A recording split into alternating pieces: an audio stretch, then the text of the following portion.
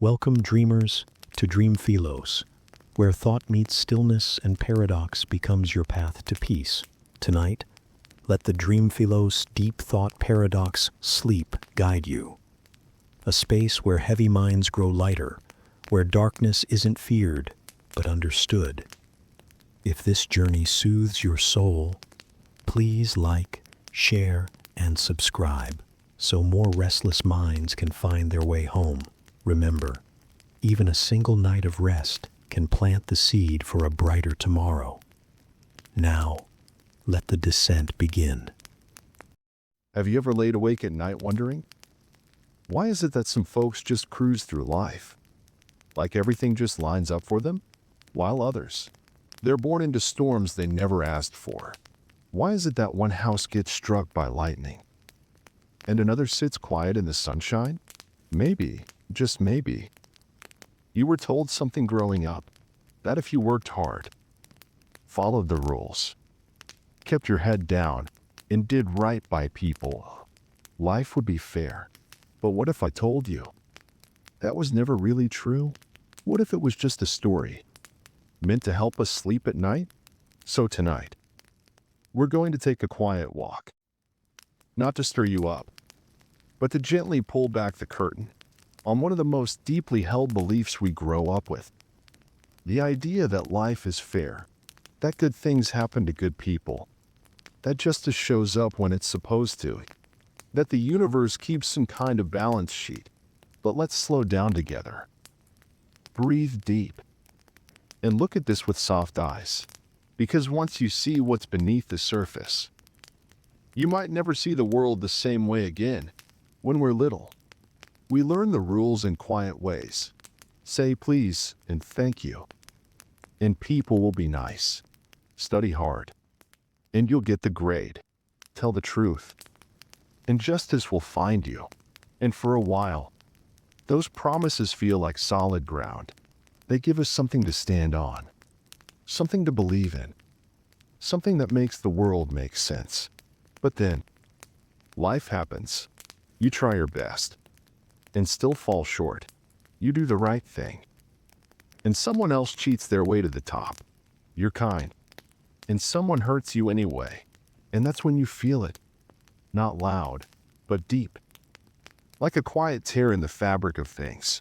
That whisper, this isn't how it's supposed to go. Let me take you back for a minute. Maybe it's your memory. Maybe it's mine.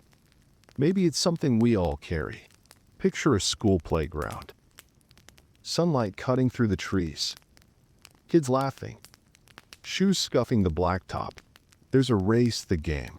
One boy, quiet, focused, has been practicing for days. He lines up, steady breath, determined heart. But beside him, there's another kid. Louder, stronger. He shoves, jokes, breaks the rules. And yet, he wins. The teacher shrugs. Everyone cheers. And that quiet boy, he walks away, not just losing the game, but losing something deeper, belief. Belief that effort was enough, that the world was fair. As we grow up, we start to see something even harder. Not everyone starts from the same place. Some kids grow up in big houses, with parents who read bedtime stories and tuck them in with full bellies. Others fall asleep to the sound of sirens. They wake up to empty fridges, to fear or silence. And yet, we tell them the same story. Work hard. Be good. You'll make it. But how is that fair when one kid runs on a flat track and the other starts uphill, carrying weight no one sees? The truth is, fairness doesn't live at the starting line. Some of us get tools handed to us. Some of us don't even get shoes. And that truth, it stings. Because it means we have to face something our culture rarely says out loud. The world doesn't follow the rules we were taught. There's a word we lean on a lot in this country. Deserve. She deserved that promotion. He didn't deserve to go through that. They got what was coming. But deserve is a tricky idea. It makes it sound like the world keeps score, that it's all measured and fair. But it's not. Good people lose jobs. Decent folks go bankrupt. Somebody's grandma gets cancer. A corrupt CEO buys another yacht. So maybe, just maybe, deserve isn't real. Maybe things don't happen because we earned them or because we didn't. Maybe things just happen. Random, messy, out of order. That idea can feel scary, but it can also feel freeing. Because if everything isn't our fault, we can stop carrying so much shame. We can stop asking, what did I do wrong? Now listen, this doesn't mean effort doesn't matter, or that kindness is useless. Far from it. What it means is that we need to see the whole picture. Some of us walk through doors we didn't even know were open because of how we look, where we were born, what language we speak without an accent. Others, they push every single day just to be seen, to be heard, to be believed. And they're told, try harder. But it was never just about trying. So maybe tonight, as you lie there, thinking about life, you can hold this truth gently. The world isn't fair. But that doesn't mean you stop caring. It doesn't mean you stop trying. It means you try with your eyes open. It means you give grace to yourself and others. It means when someone falls behind, you don't ask, why didn't they run faster? You ask, was the ground under their feet even solid? You start to see that maybe the most powerful thing we can do is stop pretending life is fair, and instead start choosing to be fair to each other. Start building something better, not because it'll even the score, but because we can, because we should, because we're all in this together. Now, breathe in and let it go. Whatever weight you were carrying about what you did or didn't deserve, you can set it down now. You are not a scorecard. You are not a failure. You are not behind. You're human, just like the rest of us. And maybe, just maybe, that's enough.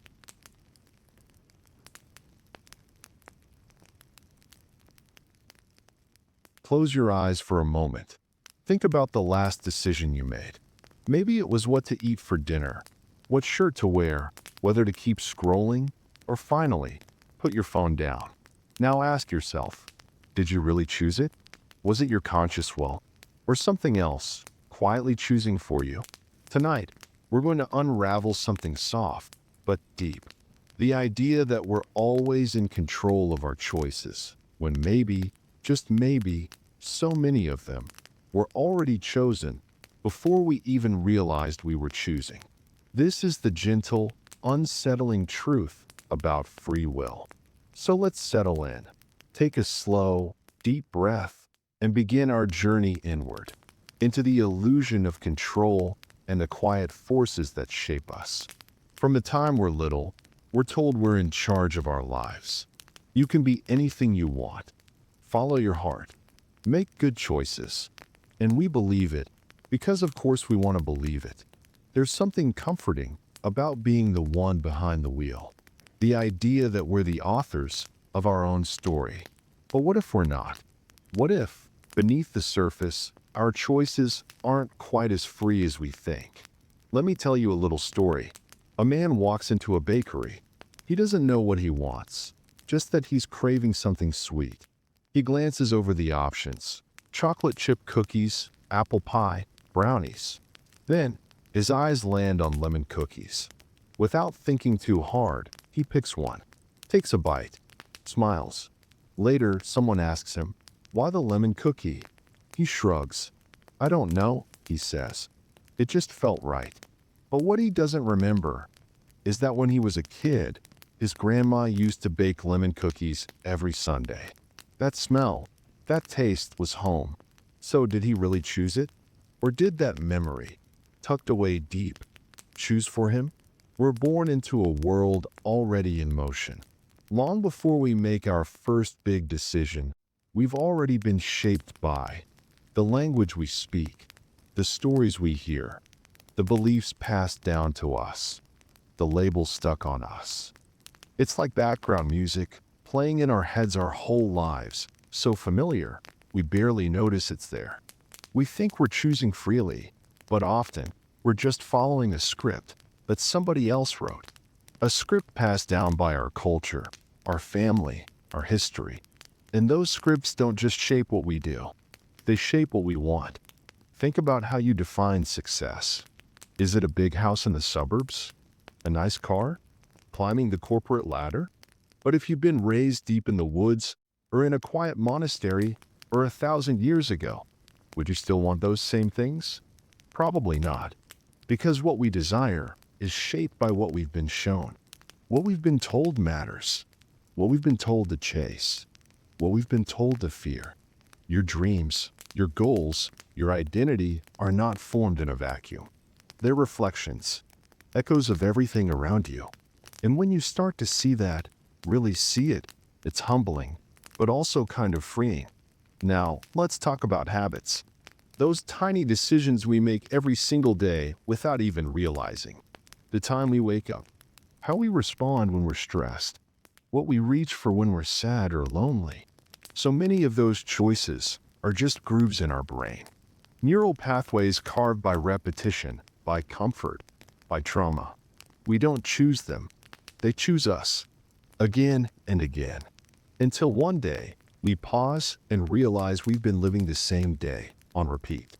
There was a young girl, quiet, thoughtful, brilliant with words.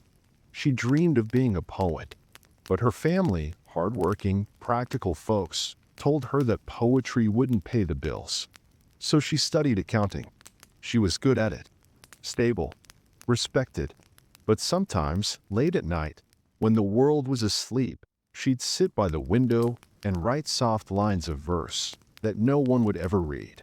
She believed she chose her path, and maybe she did, but it was also chosen for her by love, by fear, by the weight of expectation.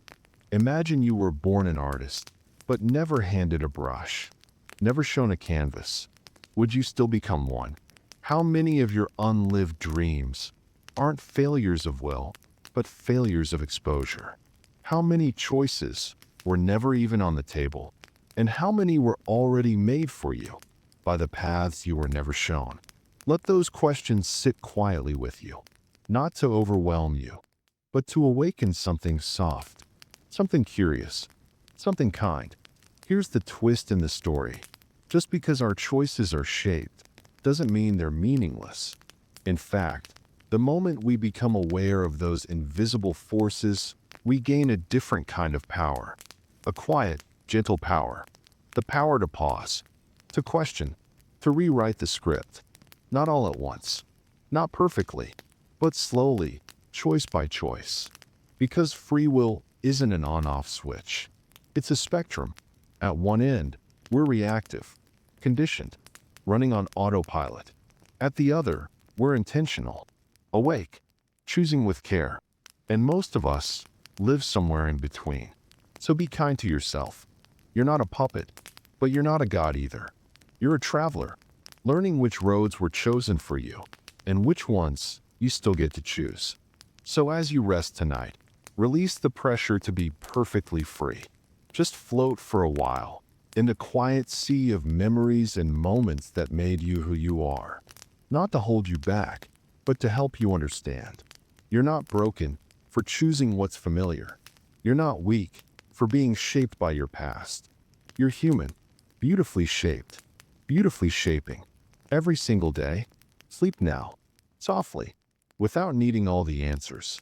Just the curiosity to keep waking up a little more aware than the day before. You're exactly where you're meant to be. And tomorrow, a new choice awaits.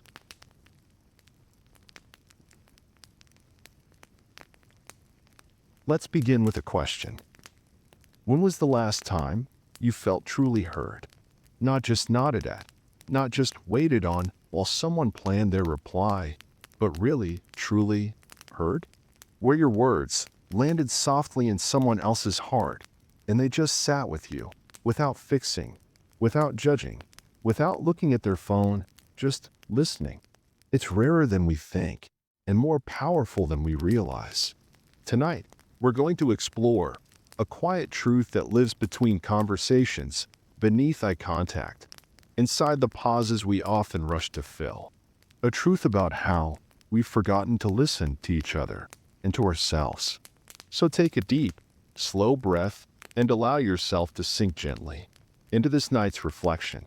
This is the story of the epidemic of not listening. We live in a world that never really shuts up. Notifications, scrolling, podcasts, voicemails, comment sections. There's always something playing, always something talking. And in all that noise, something sacred is being lost. Not our ability to talk, but our ability to listen. Truly listen. With silence, with patience, with presence. Imagine this. A child sits on the edge of their bed, small hands clenched in worry. They're trying to tell their parent about something that happened at school. But the parent, tired, busy, maybe overwhelmed, nods, glances at their phone, and says something like, "Don't worry about it. Just ignore them." And the child falls quiet. Not because they feel better, but because they've just learned that their voice doesn't always matter. These small moments, they echo through our lives, teaching us that being heard is something rare. In so many conversations, people aren't really listening. They're waiting. Waiting for their turn to speak, waiting to correct, waiting to defend. We perform conversation like actors trading lines instead of companions sharing a moment. But listening isn't about waiting to reply. It's about giving someone else space to exist. It's about softening so their world can unfold without interruption. That kind of listening is almost sacred. There's a small cafe I used to visit. It was quiet, cozy, the kind of place with real mugs and soft lighting. One morning, I sat near a woman and her friend. The woman spoke, her voice a little cracked, telling a story of something painful, something that had clearly taken all her courage to share. And her friend, without even a second's pause, jumped in with advice. "You should do this. You need to get over it. You're stronger than this." The woman nodded, smiled politely, but her eyes, they dimmed. She didn't need a solution. She needed a witness. And that morning, she didn't get one. So many self-help books teach us how to speak, how to argue, how to be confident. But rarely are we taught how to truly listen. Because listening, deep, present, soul-level listening, isn't about skill. It's about surrender. Surrendering the need to fix, to advise, to compete. It's about becoming a mirror, not a megaphone. Just quietly reflecting someone's world back to them, without distortion. We all carry stories that we've never spoken aloud. Wounds too delicate to describe. Thoughts we fear would make us seem weak, or strange, or too much. And yet, when someone truly listens, those stories begin to uncoil. They begin to breathe. Because in the presence of a listener, even pain feels less alone. So when we don't listen, when we rush people along, or talk over their silence, we're not just ignoring their words, we're denying their existence. And that hurts more than we know. So I invite you to try something gently tonight. Think of someone in your life. Anyone. Now imagine you've been given 1 hour to sit with them with no distractions, no phones, no plans, just your presence. What would they say? What would you hear if you didn't interrupt? Didn't advise? Didn't fix? Just listened? Now take a breath and imagine what it would feel like if someone gave you that hour. Feels warm, doesn't it? There's another voice we often forget to listen to, our own. When we're tired, we push harder. When we're sad, we pretend to smile. When something feels wrong, we talk ourselves out of it. We silence ourselves to stay polite, to stay productive, to stay acceptable. But that silence has a cost. Our inner voice, the quiet whisper of truth, needs space too.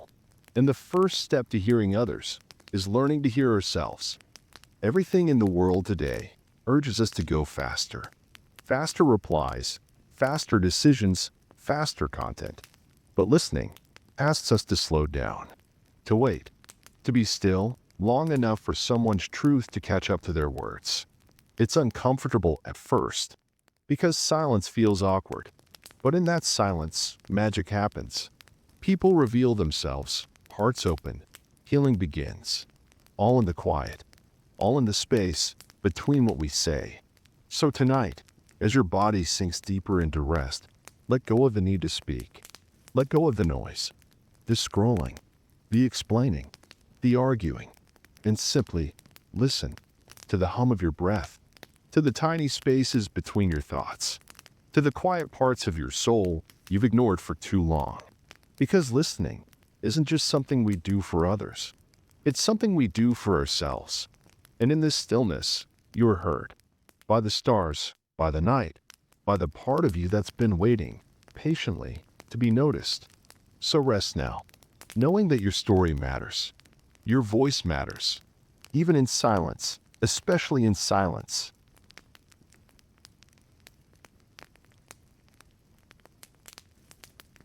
There's a quiet belief many of us carry that if we try hard enough, organize well enough, worry just the right amount, we can keep life under control. We plan, we prepare, we create routines, to-do lists, backup plans. And somewhere inside, we whisper to ourselves, if I just hold on tightly enough, nothing bad will happen. But the truth is softer and harder and more freeing than we ever expect. Tonight, let's gently explore the idea that we don't have as much control as we think. And that maybe, just maybe, that's not a curse. It's a doorway to peace. So take a long, deep breath. Let it go, slowly. And together, let's step into the comforting truth of the illusion of control. From the moment we wake up, we begin managing life. Alarms, schedules, coffee, just the way we like it. We fill calendars with events, make goals, count steps, track progress. It's comforting, isn't it? To feel like we're steering the ship, like we know where we're headed, and that if we just keep doing all the right things, we'll be safe. But life doesn't always follow our plans, and that's where the illusion begins to slip. Let me tell you a story. Maybe you've lived it too. A couple plans their wedding for a year. Every detail perfect, from the flowers to the playlist. They check the weather every day. Clear skies. Until the morning of, when the clouds roll in and it rains. Not a soft sprinkle, but a full, soaking storm. At first, they panic. Tears, stress, a sense of betrayal by the universe. But then, as guests gather under umbrellas and laughter replaces frustration, they realize the day is still beautiful. Not perfect, but real, messy, magical in its own way. And no amount of planning could have controlled the sky. We try to control so many things. Our future, our relationships, our health, how others see us. We micromanage our emotions. We rehearse conversations in our heads. We try to predict what could go wrong before it even happens. But control is like trying to hold water in your hands. The tighter you grip, the more it slips through your fingers. And still, we grip, because not controlling feels like danger. But maybe the danger isn't in letting go. Maybe it's in never learning how. Have you ever had a day where everything went wrong? The bus was late. You forgot something important. Someone said something hurtful. And by the end of the day, you just sat down and said, I give up. But then something surprising happened. You felt relief. Because in that moment of surrender, you stopped fighting the current. You floated. That moment isn't weakness, it's wisdom. The wisdom of knowing that we were never in control to begin with. Let's imagine a tree in a storm. The wind howls, rain slams against its leaves, lightning cracks in the distance. The tree cannot stop the storm. It cannot push the clouds away. It doesn't try. Instead, it bends, it flexes with the wind. Its roots hold firm while its branches dance. It surrenders not in defeat, but in trust, because it knows storms pass. And that is the quiet strength in surrender. There was a man once who missed a flight. He had done everything right, packed early, left with time to spare, checked his gate 3 times. But an accident on the road, a security delay, and a bathroom line meant he missed it by just a few minutes. At first, he was furious. But as he sat in the terminal, rebooking, he met a stranger. They talked, shared coffee, laughed. It turned out that missed flight led him to a conversation that changed his career and eventually his life. And he realized the universe sometimes interrupts with better plans than we could ever make. Now let's be clear, surrender isn't apathy. It's not giving up on effort or action. It's understanding the difference between what we can influence and what we cannot. We can plant seeds, we can water them, but we cannot control the rain or the sun or the seasons. We still show up, still try, still love, but we release the outcome. That's not passivity, that's grace. Now, as you lie here, let me offer you this thought. Imagine your life as a river, and you are floating on it. You can paddle, you can steer a little, but you cannot stop the current, and you cannot always see what's around the bend. What if, instead of fearing that bend, you trusted it? Trusted that wherever it leads, you will learn, you will grow, you will adapt. Let that image softly rock you as you begin to surrender to rest.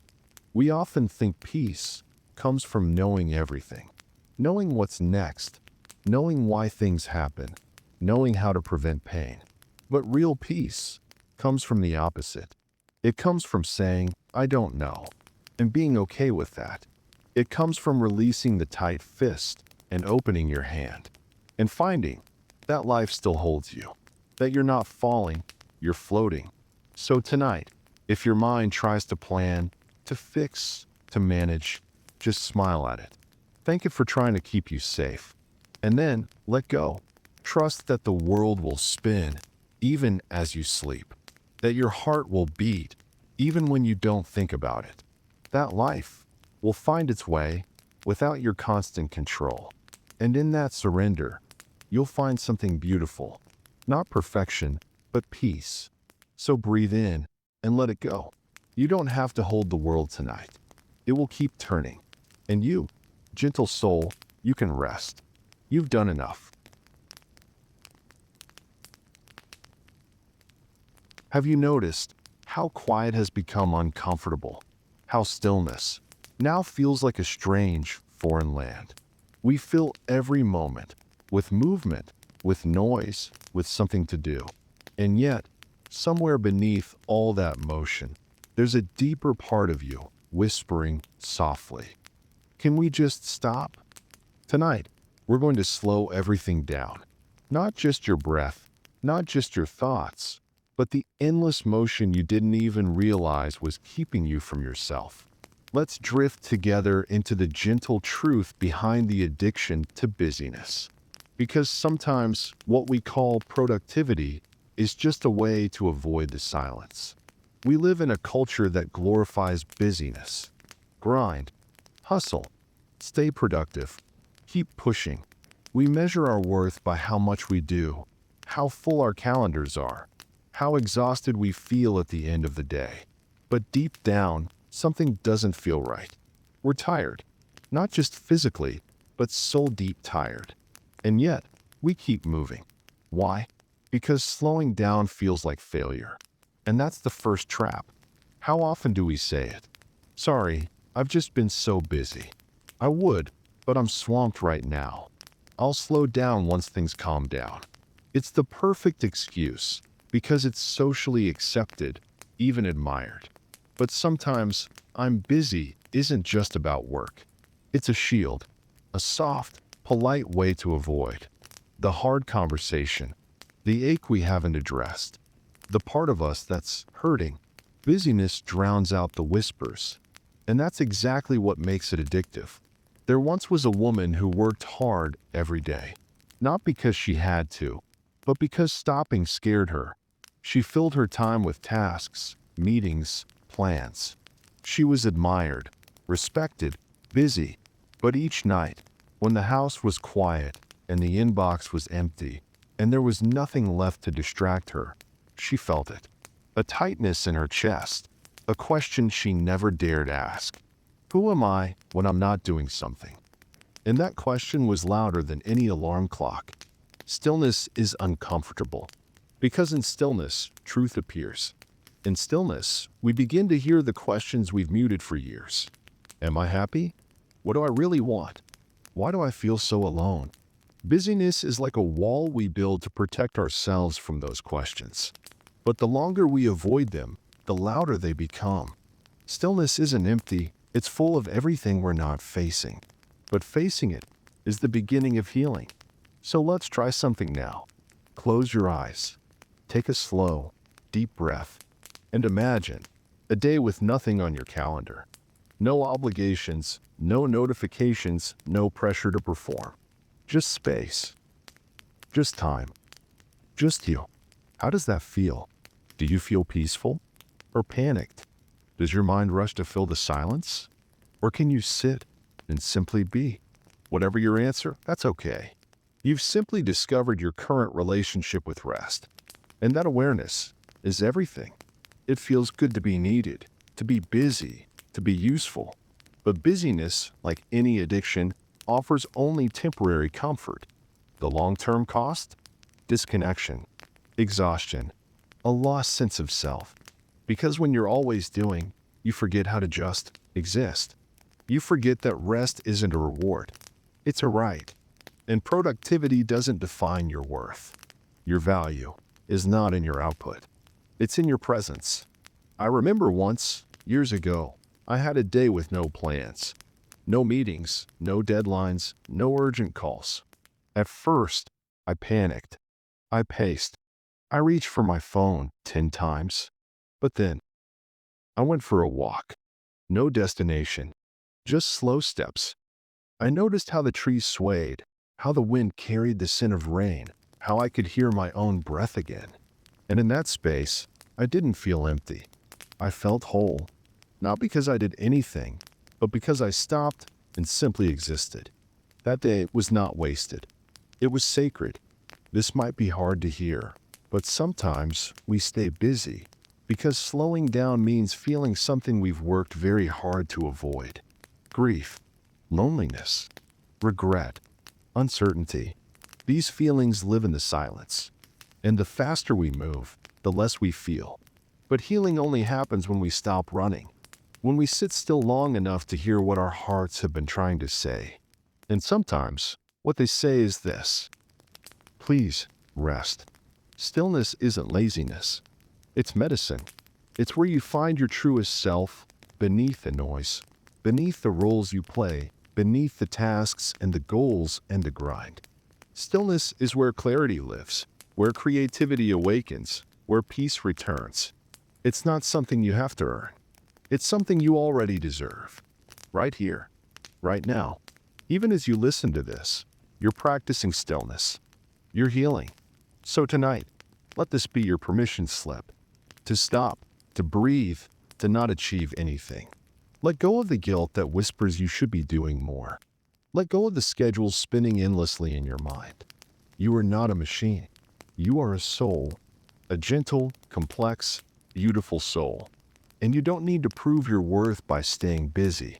You've done enough for today. You are enough, exactly as you are. Now rest, fully, without apology. Let the silence hold you. Let the stillness speak. And let the night carry you home. Have you ever felt like you were supposed to have everything figured out by now? A clear path, a solid plan, a perfect answer to every "what's next?" But instead, you're standing in a fog, unsure, drifting, and maybe just a little lost. If that sounds like you, I want you to know tonight you are safe here. Because not knowing isn't failure. It's a sacred space, a doorway, a beginning. Let's take a slow journey together tonight through the soft mystery of not knowing and the quiet beauty waiting within the questions.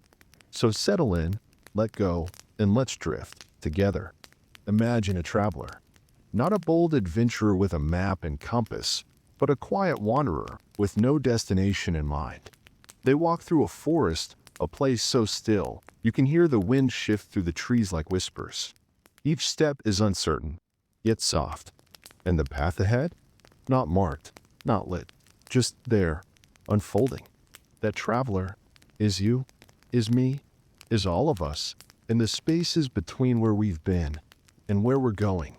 We grow up believing that certainty is power, that adults know what they're doing, that success means having a plan, that confidence comes from answers. But what if that's not how life really works? What if the most profound transformations happen in the unknown? Think about a seed, buried in darkness, no map, no guide, just stillness, until slowly it breaks open. Not because it knows what to do, but because it feels its way toward the light. That's what not knowing can be. Not a dead end, but an unfolding. Let me tell you a story about Olivia. Olivia was always the planner. She had color-coded calendars, 5-year goals, and backup plans for her backup plans. She believed that control kept her safe. But one day, life cracked open her neat little world. She lost her job, her partner left, her direction dissolved. And suddenly, Olivia didn't know who she was, let alone what to do next. At first, she panicked. She tried to rush into solutions, tried to force answers, but nothing clicked. So finally, she stopped. She let herself be still, uncertain, unplanned. And in that space, something strange happened. She began to notice things. The way morning light touched her coffee mug, the sound of her own breath in silence, the way her body softened when she stopped pretending. It wasn't dramatic. It wasn't fast. But slowly, she began to trust herself without a plan. She took a class just because it sounded fun. She went on walks with no destination. She allowed joy to surprise her. And one day, she realized she wasn't lost. She was becoming. Close your eyes for a moment. Imagine you're standing at the edge of a vast meadow. There's no trail, no signs, just sky, wind, and possibility. Now, imagine instead of choosing a direction, you just sit. You let the world move around you. You watch the grass sway, clouds drift, birds pass. You notice everything without needing to do anything. And in that stillness, you feel something shift inside. Not knowing no longer feels empty. It feels sacred. Because in that moment, you remember. You are not here to rush. You are here to feel, to notice, to become. Uncertainty can feel heavy, like fog pressing on your chest. But it can also be light, like the space before a sunrise. The mind craves answers, but the soul craves wonder. There is a kind of wisdom in being lost, because when we no longer pretend to know, we begin to listen to the subtle rhythm of our lives, to the whispers beneath our habits, to the quiet, strange invitations we've always ignored. You don't need a 5-year plan to be valuable. You don't need perfect clarity to take the next breath. You don't need to impress anyone with how figured out your life is. All you need is to be here, right now, breathing, open, and willing to not know. Think about the ocean. No wave ever asks where it's going. It rises and falls, and rises again. It doesn't cling to the past wave or try to predict the next. When we drop the mask, others feel permission to drop theirs too. That's how real connection begins. Imagine this. You're in a field. The stars are out. The air is cool and gentle. You sit by a small fire, and one by one, you take off your masks. The I'm okay mask, the always strong mask, the never afraid mask. You lay them beside you, gently, like old clothes that no longer fit. And what's left is your face. Unfiltered, unedited, unafraid. The fire doesn't judge. The stars don't turn away. The night holds you gently, just as you are. You are enough. Tonight, as your head sinks deeper into your pillow and your breath begins to slow, I want you to remember this. You don't have to be anything more than what you already are. You are lovable, even when you're messy, even when you're unsure, even when you're still figuring it all out. You are not your mask. You are not your role. You are not your performance. You are you. And that is enough. So breathe with me one last time. Inhale. Exhale. Sweet soul. Let the roles fade. Let the masks fall. And just rest.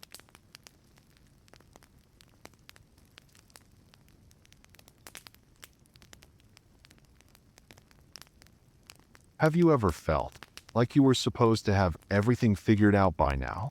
A clear path, a solid plan, a perfect answer to every "what's next?" But instead, you're standing in a fog, unsure, drifting, and maybe just a little lost. If that sounds like you, I want you to know, tonight, you are safe here. Because not knowing isn't failure. It's a sacred space, a doorway, a beginning. Let's take a slow journey together tonight, through the soft mystery of not knowing, and the quiet beauty waiting within the questions. So settle in, let go, and let's drift together. Imagine a traveler, not a bold adventurer with a map and compass, but a quiet wanderer with no destination in mind. They walk through a forest, a place so still, you can hear the wind shift through the trees like whispers. Each step is uncertain, yet soft, and the path ahead, not marked, not lit, just there unfolding. That traveler is you, is me, is all of us, in the spaces between where we've been and where we're going. We grow up believing that certainty is power, that adults know what they're doing, that success means having a plan, that confidence comes from answers. But what if that's not how life really works? What if the most profound transformations happen in the unknown? Think about a seed, buried in darkness, no map, no guide, just stillness until, slowly, it breaks open.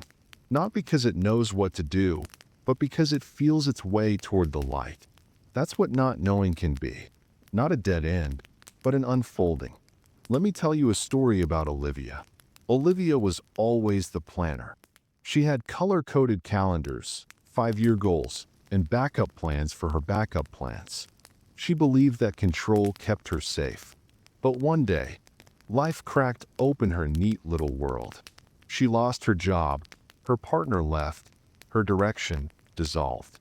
And suddenly, Olivia didn't know who she was, let alone what to do next. At first, she panicked. She tried to rush into solutions, tried to force answers, but nothing clicked. So finally she stopped. She let herself be still, uncertain, unplanned. And in that space, something strange happened. She began to notice things. The way morning light touched her coffee mug, the sound of her own breath in silence, the way her body softened when she stopped pretending. It wasn't dramatic, it wasn't fast, but slowly, she began to trust herself, without a plan. She took a class just because it sounded fun. She went on walks with no destination. She allowed joy to surprise her. And one day she realized she wasn't lost. She was becoming. Close your eyes for a moment. Imagine you're standing at the edge of a vast meadow. There's no trail, no signs, just sky, wind, and possibility. Now, imagine instead of choosing a direction, you just sit. You let the world move around you. You watch the grass sway, clouds drift, birds pass. You notice everything, without needing to do anything. And in that stillness, you feel something shift inside. Not knowing no longer feels empty. It feels sacred. Because in that moment, you remember, you are not here to rush. You are here to feel, to notice, to become. Uncertainty can feel heavy, like fog pressing on your chest. But it can also be light, like the space before sunrise. The mind craves answers, but the soul craves wonder. There is a kind of wisdom in being lost. Because when we no longer pretend to know, we begin to listen. To the subtle rhythm of our lives, to the whispers beneath our habits, to the quiet, strange invitations we've always ignored. You don't need a 5-year plan to be valuable. You don't need perfect clarity to take the next breath. You don't need to impress anyone with how figured out your life is. All you need is to be here, right now, breathing, open, and willing to not know. Think about the ocean. No wave ever asks where it's going. It rises and falls, and rises again. It doesn't cling to the past wave, or try to predict the next. It exists, powerful, gentle, and in flow. You, too, are like that wave, not separate from the world, part of it, meant to move, feel, rest, and rise again. And just like the ocean, you don't need to understand every part of yourself to be whole. Tonight, I want to offer you something soft, a quiet truth, like a blanket around your soul. It's okay to not know. It's okay to feel unsure, in between, undone. You are not behind. You are not broken. You are in a season of becoming. Even if nothing makes sense right now, you are still worthy of love, of rest, of peace. Let go of the pressure. Let go of the noise. Let go of the story that says, you should be somewhere else by now. You are here, and that is enough. Picture yourself now on a small boat floating under stars. The water is calm. The air is cool and kind. You don't know where this boat is headed, but for the first time you're okay with that. You lay back, let the boat carry you, and feel a soft smile forming in your heart. Because not knowing isn't the end, it's the beginning. So let go now. Let your body relax. Let your breath slow. The world can wait. Tonight, just be. There comes a moment when the noise fades, when the questions grow tired, when even the thoughts begin to soften. And in that rare moment, we begin to wonder, what if we've been trying too hard to figure everything out?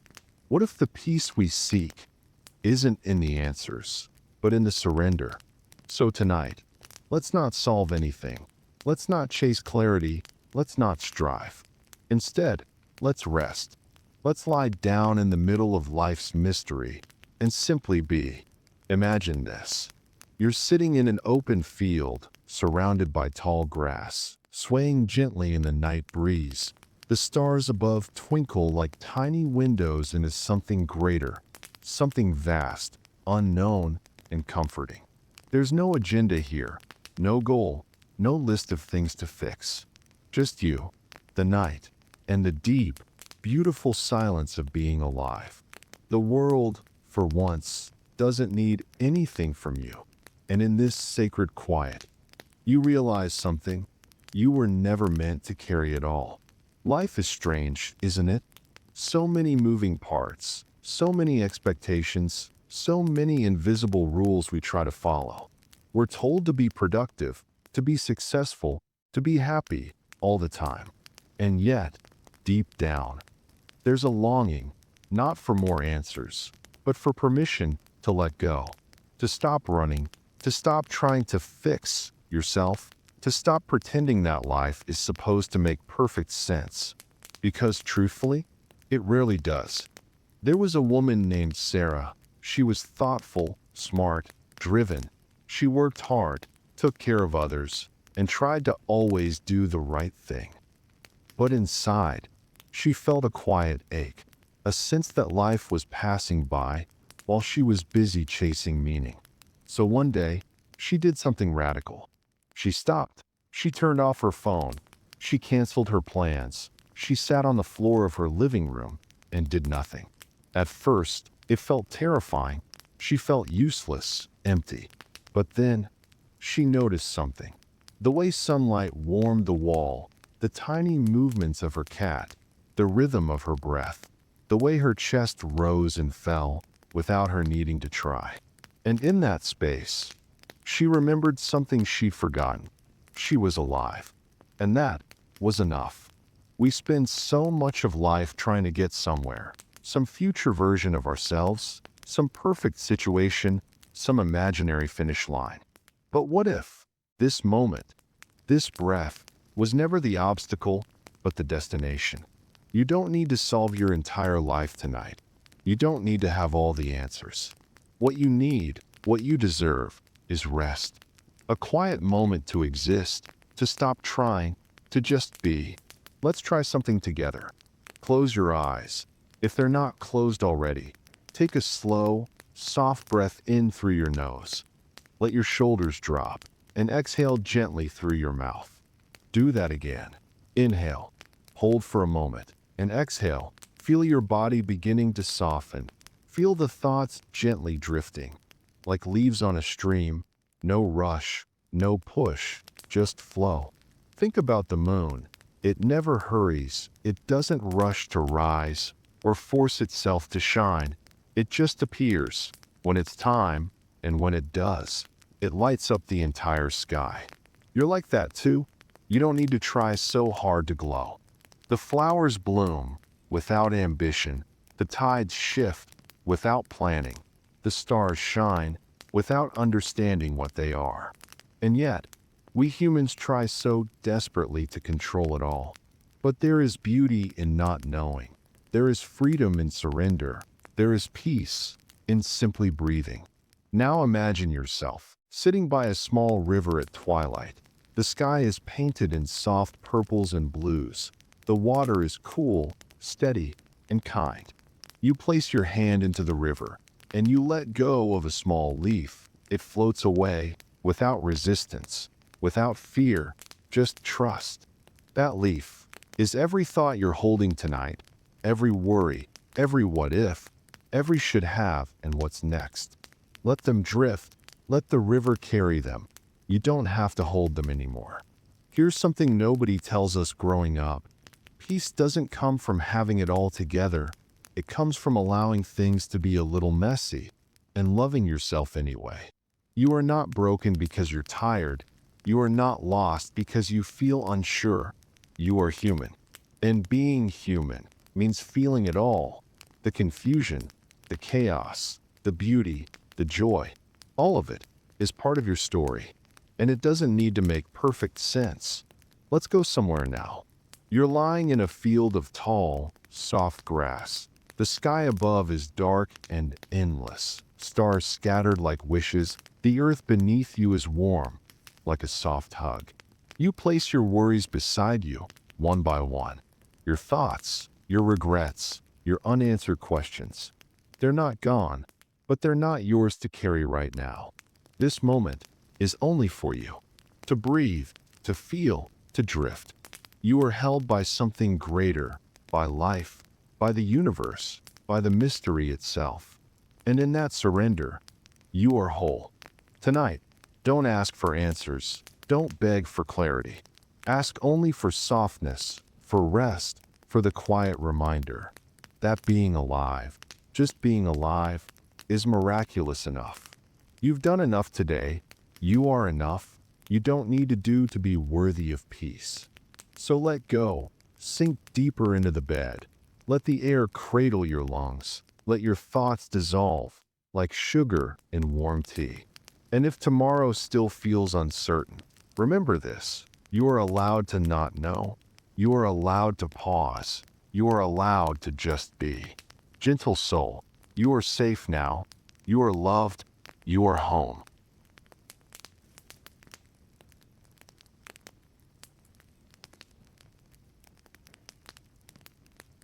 There's something no one tells you, not in school, not in movies, not even in the soft-spoken conversations we have late at night. It's this: being the best isn't always what gets you noticed. And being seen doesn't always mean being special. Sometimes the most brilliant voices go unheard. Sometimes the quiet genius sits in the back row. Sometimes what we call success is just visibility.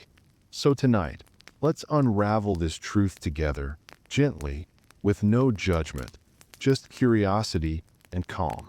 Let's lie back, breathe, and take a journey into the strange, quiet difference between being valuable and being visible. Imagine you're walking through an art gallery, but it's not like any gallery you've ever seen before.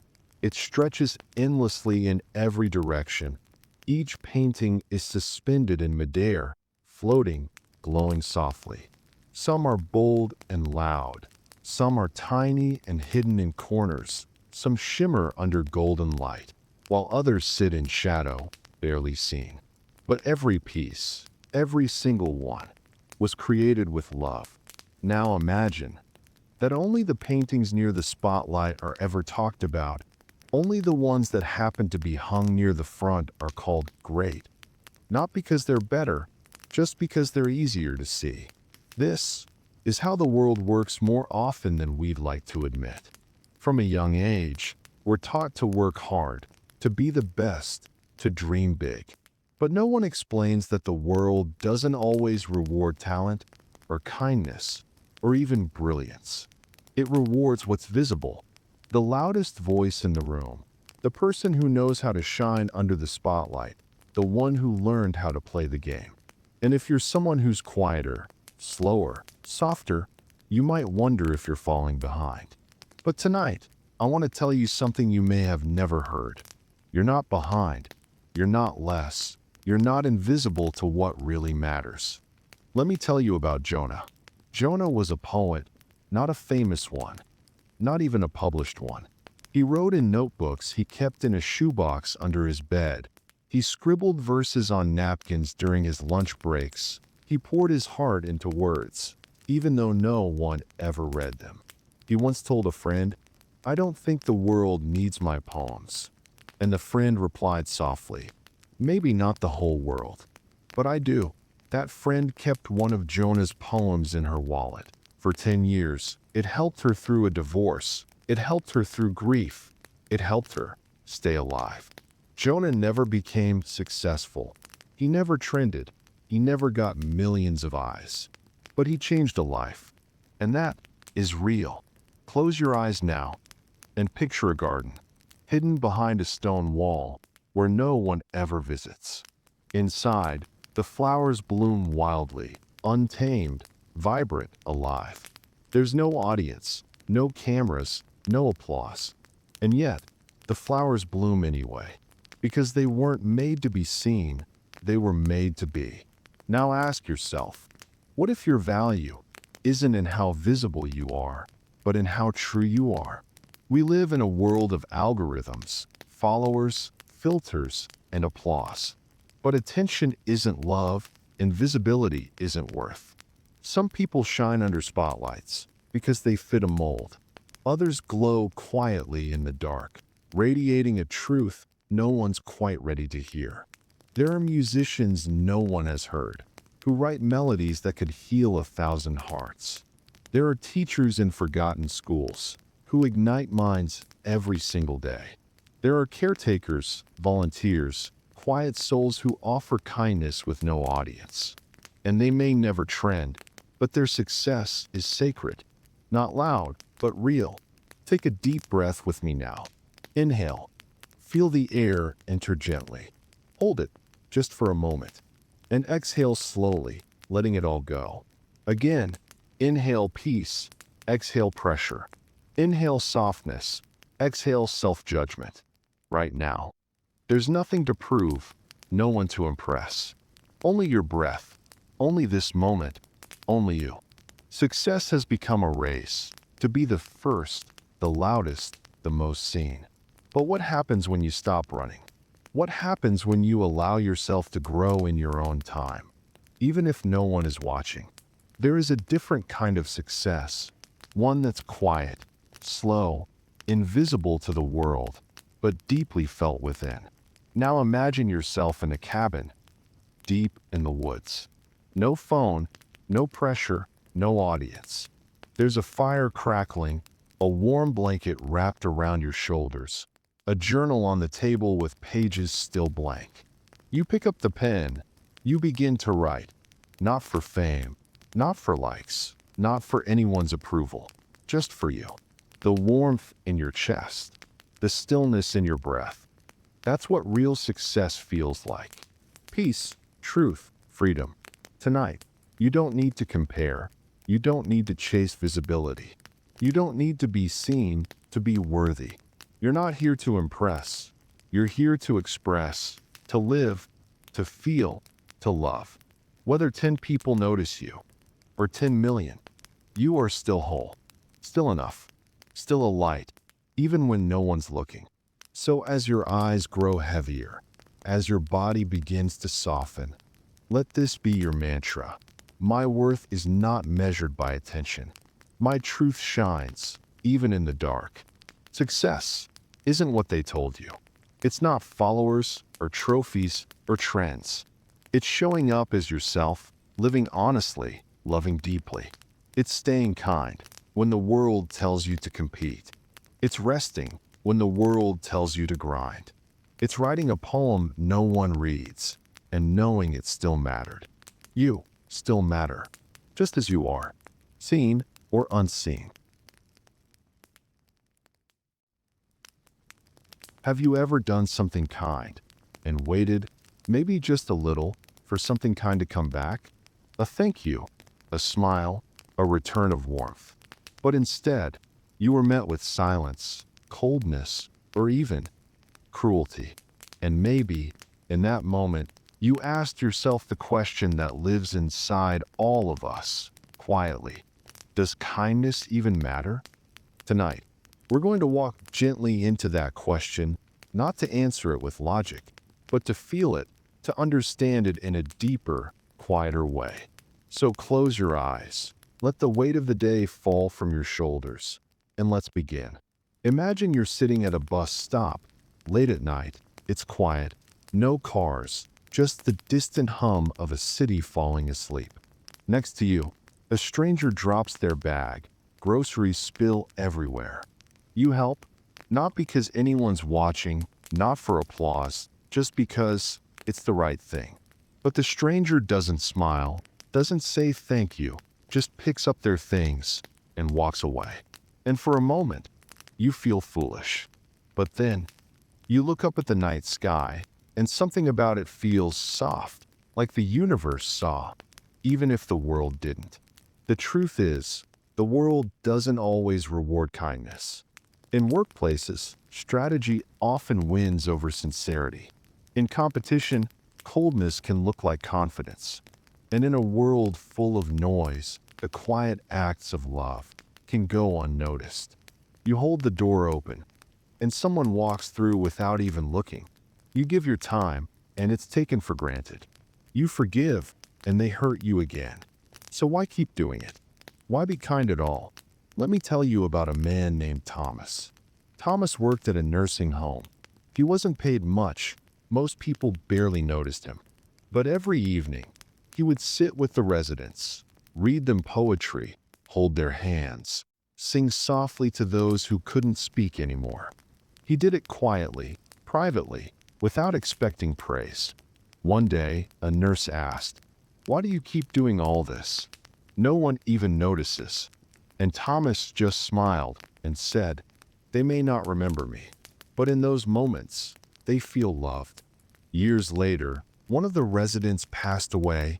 Her daughter came to the nursing home, holding a letter her mother had written. In it, she said, "Every night, an angel reads to me. He has no wings, but he brings me peace." The world may not always reward kindness, but kindness leaves traces in the soul. Close your eyes now and imagine you're planting seeds in a garden. You can't see what's beneath the soil. You don't know which seeds will grow. You just plant day after day, watering, caring, hoping. Now imagine someone walks by and says, "Why are you wasting your time? Nothing's growing." But deep underground, roots are forming quietly, steadily. Kindness is like that. It often works in silence, invisible, uncelebrated, but always alive. We live in a world obsessed with results. What do I get? What's the reward? But kindness isn't a transaction. It's not a currency to be exchanged. It's a presence, a choice, a quiet rebellion against a world that says, "Look out for yourself." Kindness says, "I'll love anyway." Even when it's not returned, even when it's unnoticed, even when it hurts. Not because it feels good all the time, but because it's who you are. Let's breathe together now. Inhale slowly, and as you do, gather every hurt from your heart, every time your kindness wasn't returned. Now exhale, and release it into the night. Let it go. Again, inhale softness, exhale resentment. Inhale peace, exhale expectation. You are allowed to be tired. You are allowed to rest. But your kindness is never wasted. Look up now. And imagine the stars above you. They shine light from millions of miles away. Light that takes years to arrive. Light that many people will never even see. And yet, the stars still shine. They don't demand attention. They don't ask for praise. They just are. Your kindness is like that. It may travel long distances, touch hearts you'll never know, and light paths you'll never walk. But it matters, because light always matters. Now, picture yourself walking along a forest path. It's dusk, the air is cool, and every step you take leaves soft footprints of light behind you. You may not see where the path leads, you may not know who follows, but the trail glows because you were there. Your words, your gestures, your small, quiet moments of love, they live on. Not in applause, but in legacy, in the invisible web of good you quietly weave into the world. Tonight, don't wait for the world to say thank you. Don't measure your heart by what comes back. Instead, know this: your kindness is not weakness, your softness is not foolish, and your love, even when unreturned, is still love. You are not silly for caring. You are not naive for being gentle. You are rare. And in a world that often rewards coldness, your warmth is a revolution. So now, as you settle into the softness of your pillow, and the weight of the night begins to wrap gently around you, let go. Let go of every moment you felt unseen.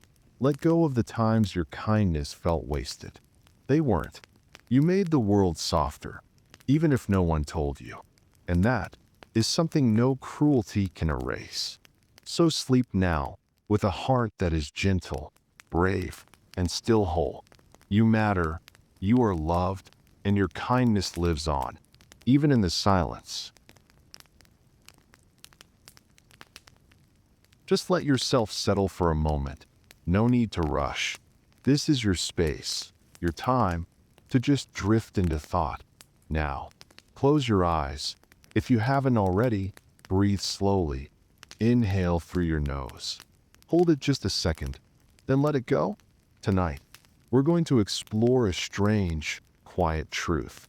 One that lives beneath the surface of everyday life. A truth most people never notice. A truth most people never think about. And that's the point.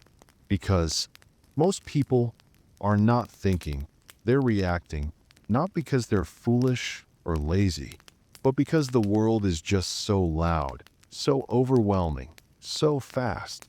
And in this noise, the calm, slow act of thinking has quietly slipped away. So tonight, we're going to bring it back. Let's start with a little story. Imagine you're at a train station. There's a whistle blowing. The platform is crowded. Everyone's rushing. You don't know where the train is going, but it's the only one there. So you step on, without question. That's what most of us do every day. We board the train of reaction. We don't ask where it's going. We just assume it's the right one, because everyone else is on it too. But real thinking? That's like stepping off the platform, wandering past the crowd, and finding a quiet bench in the distance. It's not exciting, it's not flashy, but it's honest, and it's real. Let's take a moment to feel the difference. Reaction is fast, instant, emotional, like a spark to gasoline. Someone cuts you off in traffic. You curse without thinking. Someone disagrees with you online. You get defensive before reading twice. Thinking is slow, it's quiet, it takes space. It asks, why did I react that way? Is that really true? Where did that idea come from? But here's the thing. Most people confuse reacting with thinking. They feel strongly. They believe passionately. But they rarely pause to ask, is this mine? Or did I inherit it? We're born into stories from our parents, our schools, our screens. We're told what's right, what's wrong, what success looks like, what failure feels like. And we carry these beliefs like backpacks full of bricks, heavy but familiar. The problem is, we rarely stop to check what's inside. Let's pause for a moment right here. Think about a belief you've held for years. Anything, money, relationships, religion, politics, yourself. Now ask, where did I first learn this?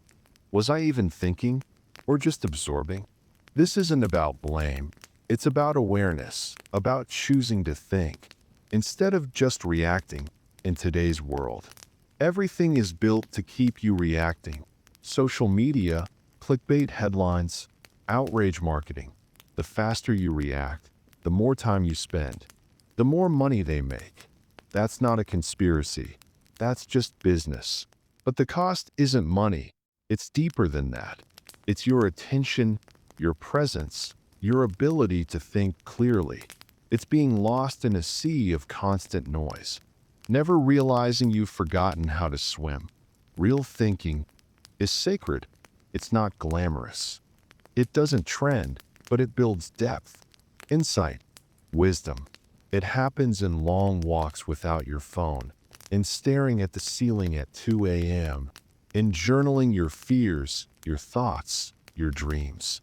It's slow, uncomfortable, but beautiful, because when you really think, you meet yourself again, not the version the world made, not the one your past shaped, but the quiet, real you.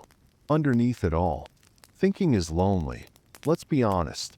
When you stop reacting, you stop fitting in with the noise. Suddenly, gossip feels empty, small talk feels tiring. You crave silence, truth, depth. But there's freedom in that loneliness, a kind of liberation, because now your choices are yours, your beliefs are yours, your path is yours, not handed to you, but discovered. Thinking isn't a switch, it's a practice. Start small. Next time you're about to reply quickly, pause. Ask yourself, what am I really feeling? When you read a headline, ask, is this trying to inform me or provoke me? When someone gives you advice, wonder, is this about me or about them? You don't have to be perfect, you just have to be present. Before you sleep tonight, ask yourself one quiet question. What did I truly think about today? Not what you consumed, not what you argued, but what you genuinely thought. Maybe it was one deep moment, a question that stayed with you, a feeling you explored. That's the seed. Water it, because the more you think, the more you wake up, and the more you wake up, the more alive you become. The world wants you fast, loud, distracted, but your soul, it craves slow, stillness, depth. You don't need all the answers, just the courage to ask real questions, and the patience to listen. So tonight, let yourself drift slowly into the quiet, where real thought lives. You're safe here, you're growing here, and you're not alone.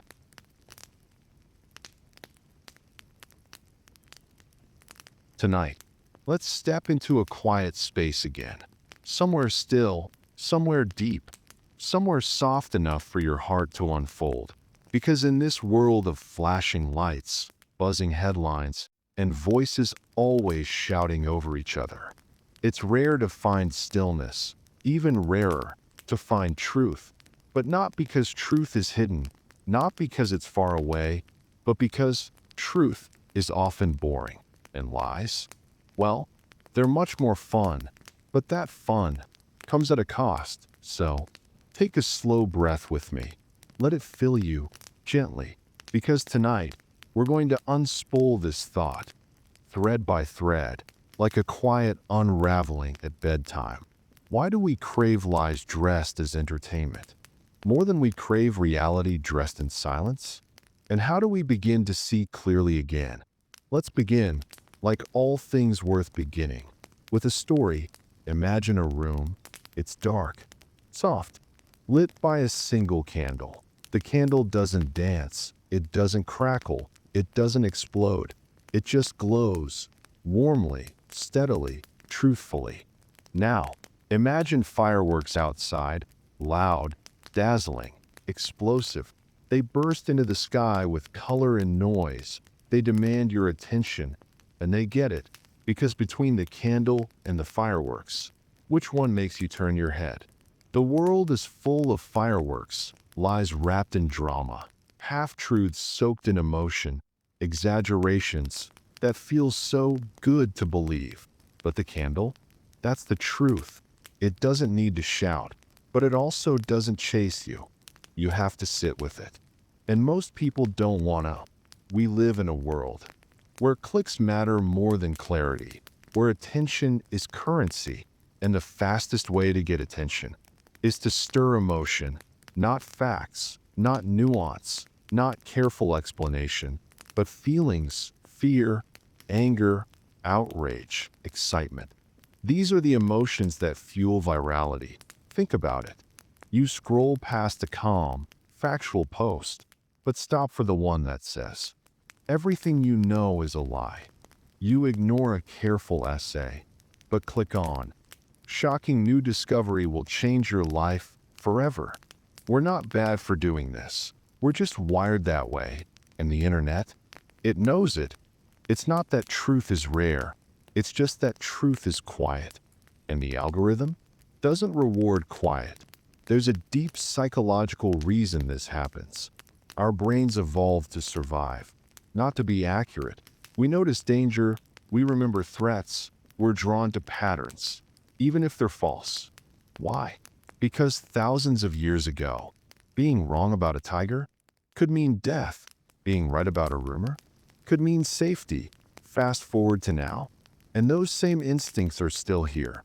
So when a lie gives us a rush, we want to believe it, even if something inside us whispers, "Wait, is this really true?" The lie is easier. The lie is more fun. The lie feels like candy. Truth feels like vegetables. And just like kids, we reach for the sweet stuff first. Let's imagine two bridges. One is made of straw, bright, colorful, looks amazing in photos. Everyone's walking across it. The other is made of stone, plain, unremarkable, but strong. Which one do people talk about? The straw bridge. Which one lasts? The stone bridge. Truth is that stone bridge, built slowly, quietly, with no need for applause. But most of us are too impatient for slow things, so we chase the straw and wonder why it collapses. Some lies aren't just exciting, they're comforting. Like, success comes quickly if you just believe. You can get rich without effort. People who disagree with you are evil. Everything is someone else's fault. Simple stories, clear heroes, clear villains.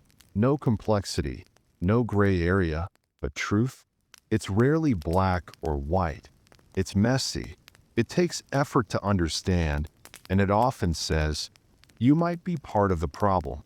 You might need to grow. You don't know everything yet. That's not comforting. That's hard. But it's also where wisdom lives. Let's try something together. A thought experiment. Imagine you see a post tomorrow. It says, "Doctors admit the cure was hidden all along." What's your first emotion? Shock? Curiosity? Anger? That emotion is the hook. Now pause, breathe, ask, where is this coming from?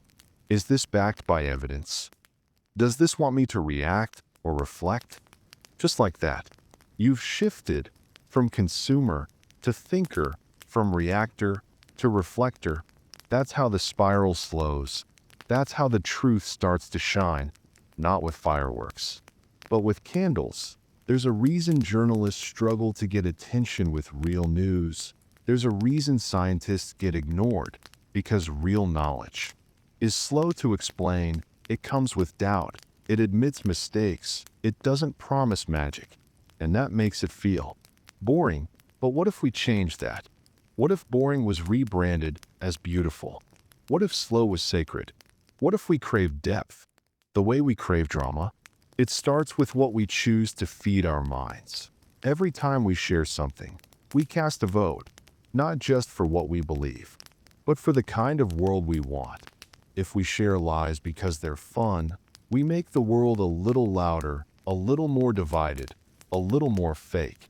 But if we share truth, even quiet, boring truth, we build something else, a calmer world, a more honest one, a world where it's okay to not be entertained every second. That kind of world starts with you tonight. Before you close your eyes, think about the stories you've believed lately. Ask yourself, were they true or just exciting? Ask gently. There's no judgment here. Then ask, what kind of story does my soul need? Not your ego, not your fear, but your soul. Maybe it's a story with fewer characters, less drama, more stillness. Maybe it's a candlelight story, the kind that doesn't explode, but simply glows.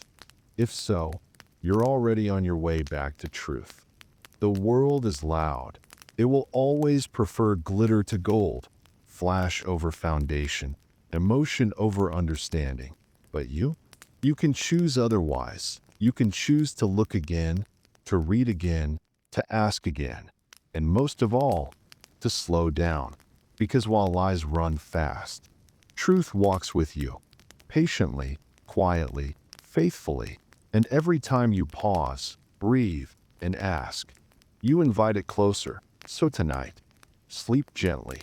And remember, you don't need to chase the fireworks. The candle is enough, and it's been waiting for you all along.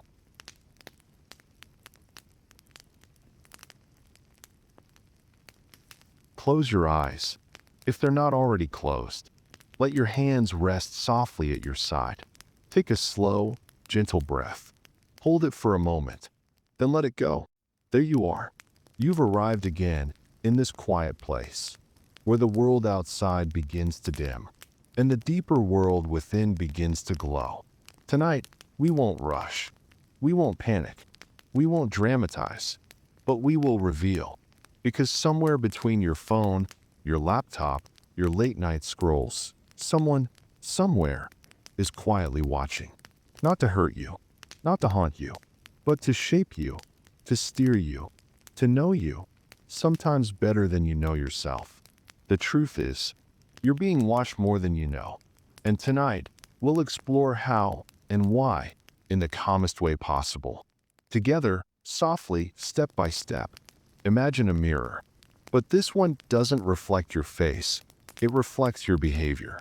Your clicks, your taps, your swipes. It knows when you stop scrolling, when you pause at a picture, what you search when you can't sleep. But this mirror isn't in your bedroom. It's inside your phone, your browser, your smart TV, your apps. And it's always on. Not flashing red lights. No blinking rec symbol. Just always listening, always learning. You see a website. You see headlines. You see links. But beneath it, there's a web of data. Tiny, silent scripts collecting everything. What you read, how long you linger, what you ignore. Where you hover your mouse, they build a version of you, a digital twin. Not your name, not your face, but your pattern. They don't need to know who you are to know exactly how you act. And the more they know, the more they can shape. Let's do a gentle experiment. Think about a recent opinion you held. Maybe something you posted, or a product you bought, or a belief that felt very you. Now ask yourself, where did that come from? Maybe it started as an ad, a trending hashtag, a friend's story, a suggestion in your feed. The algorithm is smart, but it's not just smart. It's persuasive and patient. It doesn't push, it whispers and waits. Until you think the idea was yours all along. Imagine waking up one morning and the first thing you see is your feed. A video, a headline, a post. It triggers a feeling. You click, you watch, you engage. The system takes note and shows you more of the same. More anger, more fear, more laughter, more whatever you reacted to. Soon, you're in a loop. Not of your making, but perfectly shaped to keep you inside. Comfortable, predictable, control, wrapped in convenience. And slowly, you forget what the world really looks like outside the loop. We often imagine surveillance as dark rooms and blinking monitors, security guards watching screens, secret agents in suits. But today, surveillance doesn't need cameras. It needs behavioral prediction. And that means what you like, what you fear, what keeps you up at night, what makes you spend these little fragments are bought, sold, traded. Not to spy on you in the shadows, but to guide you in plain sight. To suggest what to buy, to influence who to vote for, to nudge what you believe. You're not being watched in the old sense. You're being studied. Let's say you stand in shallow water. A wave comes. It doesn't knock you down. It just pulls at your feet. You don't panic. You barely notice. But over time, it shifts your stance a little at a time. That's how influence works. It's not dramatic. It's not loud. It's subtle, consistent. It shifts what you think is normal, what you expect, what you feel entitled to. Until one day, you realize you've moved, and you don't remember when. There's a saying in the tech world, if the product is free, you are the product. That's not meant to scare you. It's meant to wake you, gently. Your data is valuable. Your attention is currency.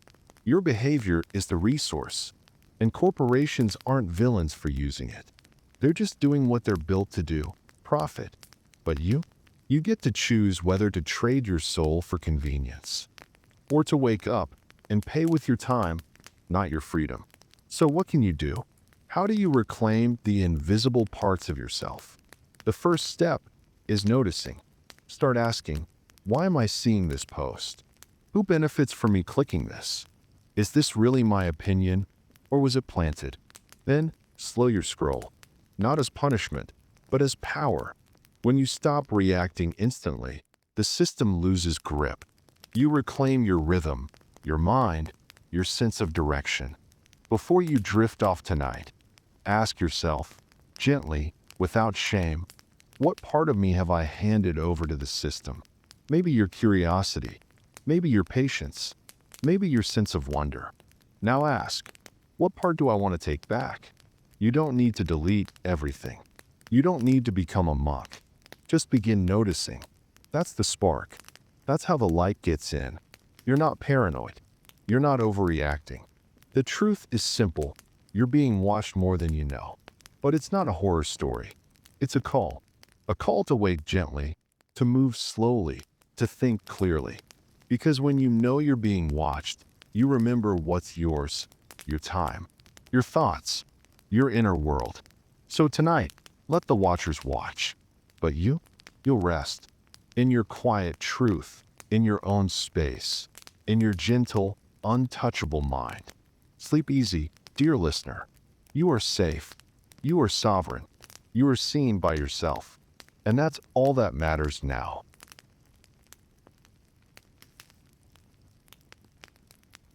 Take this moment, wherever you are, whatever kind of day it's been. Just slow down. Let your shoulders soften. Let your breath find its rhythm. Let your thoughts float. You don't need to be anyone right now. You don't need to fix anything. You don't even need to understand everything. You're safe here. You're home. Inside your mind. And that's enough. Tonight, we're going to gently open a door. One that leads to all the advice you've ever been given. The warnings, the pep talks, the instructions, the plans others had for you. We'll listen to them again, but not to follow them. This time, we'll look deeper, because sometimes what sounds like wisdom is actually projection, a reflection of their fears, their regrets, their unfulfilled dreams. Let's begin with a quiet memory. Can you hear it? The voice, maybe from a parent, a teacher, a mentor, a friend. You should study this. You should settle down. You should think realistically. You should be more like, you should. Two small words, but so heavy, so shaping. The voice might have meant well. They might have loved you. But underneath the words was something personal, something not really about you at all. Because most advice isn't neutral, it's a mirror. When someone gives advice, they're often not looking at you. They're looking at a version of you that lives inside them. A version shaped by what they would do, what they regret, what they're afraid to try, what they wish someone told them. Maybe your dad told you to play it safe. Maybe your sister said, Go for it. No matter what. Maybe a friend told you that dream is unrealistic. Are they wrong? Not necessarily. But are they speaking from your path or theirs? That's the quiet question most people never ask. Now imagine this. Every person you meet is carrying a suitcase. Some are light, some are bursting at the seams. And inside, unhealed wounds, unspoken regrets, untold stories, old dreams that never bloomed. Now picture someone giving you advice, but before they speak, they unzip that suitcase and hand you a piece of their past, wrapped as wisdom. That's what projection is. It's emotional luggage, handed off without warning. Not out of harm, but out of habit. And if we're not aware, we carry it without even knowing. Let's pause for a moment. Bring to mind the last strong piece of advice someone gave you. Now ask, was this based on their experience? Did they live through something similar? Are they trying to protect me from a pain they once felt? Or are they trying to push me towards something they couldn't achieve? Notice how those questions soften everything. It's not about blame, it's about clarity. Because advice isn't always bad. It's just not always yours to carry. Projection wears many masks. Sometimes it's fear dressed as love. I just don't want you to get hurt. Sometimes it's control disguised as guidance. You'll thank me one day. Sometimes it's ego trying to live again. If I had your opportunities, I would've. And sometimes it's pure anxiety, needing to say something to feel in control. But here's the truth. The best advice doesn't sound like control. It feels like a warm hand on your back, gently encouraging, never forcing. Advice is like rain. You don't have to stand in every downpour. You can carry an umbrella. You can let some drops touch your skin. You can decide what to soak in and what to shake off. Here's how. Pause before reacting. Ask if the advice feels expansive or restricting. Check if the advice aligns with your values, not just your fears. Notice who is giving it and what their story might be. Most of all, feel it in your body. Does the advice make you feel calm and steady, or tight and anxious? Because sometimes your nervous system knows what your mind hasn't named. Now turn the mirror around. Think of the last time you gave advice. Were you trying to help? Of course, but were you maybe projecting? We all do it. It's part of being human. The key is to notice. So next time someone shares a problem with you, try saying, "Do you want advice or just someone to listen? Here's what I've experienced, but your journey may be different. Can I share something that helped me in case it helps you too?" Advice, when offered gently, becomes a gift, not a weight. As your eyes grow heavier tonight, ask yourself, whose advice am I still carrying that doesn't belong to me? A teacher's warning? A parent's fear? A friend's strong opinion? Now gently ask, what's my voice saying? Beneath the echoes of everyone else? Even if it's small, even if it's unsure, even if it's just a whisper. That voice is sacred. Protect it, nourish it, let it grow stronger. Advice is everywhere, but wisdom is rare. It lives not in the loudest voices, but in the quiet understanding that we are each walking our own unique path. Some advice will light your way, other advice will dim your spark. The art is knowing the difference. So tonight, release what isn't yours, breathe in your own clarity, sleep softly in your own truth. Because your life, your path, your choices, they belong to you. And that, dear soul, is more than enough.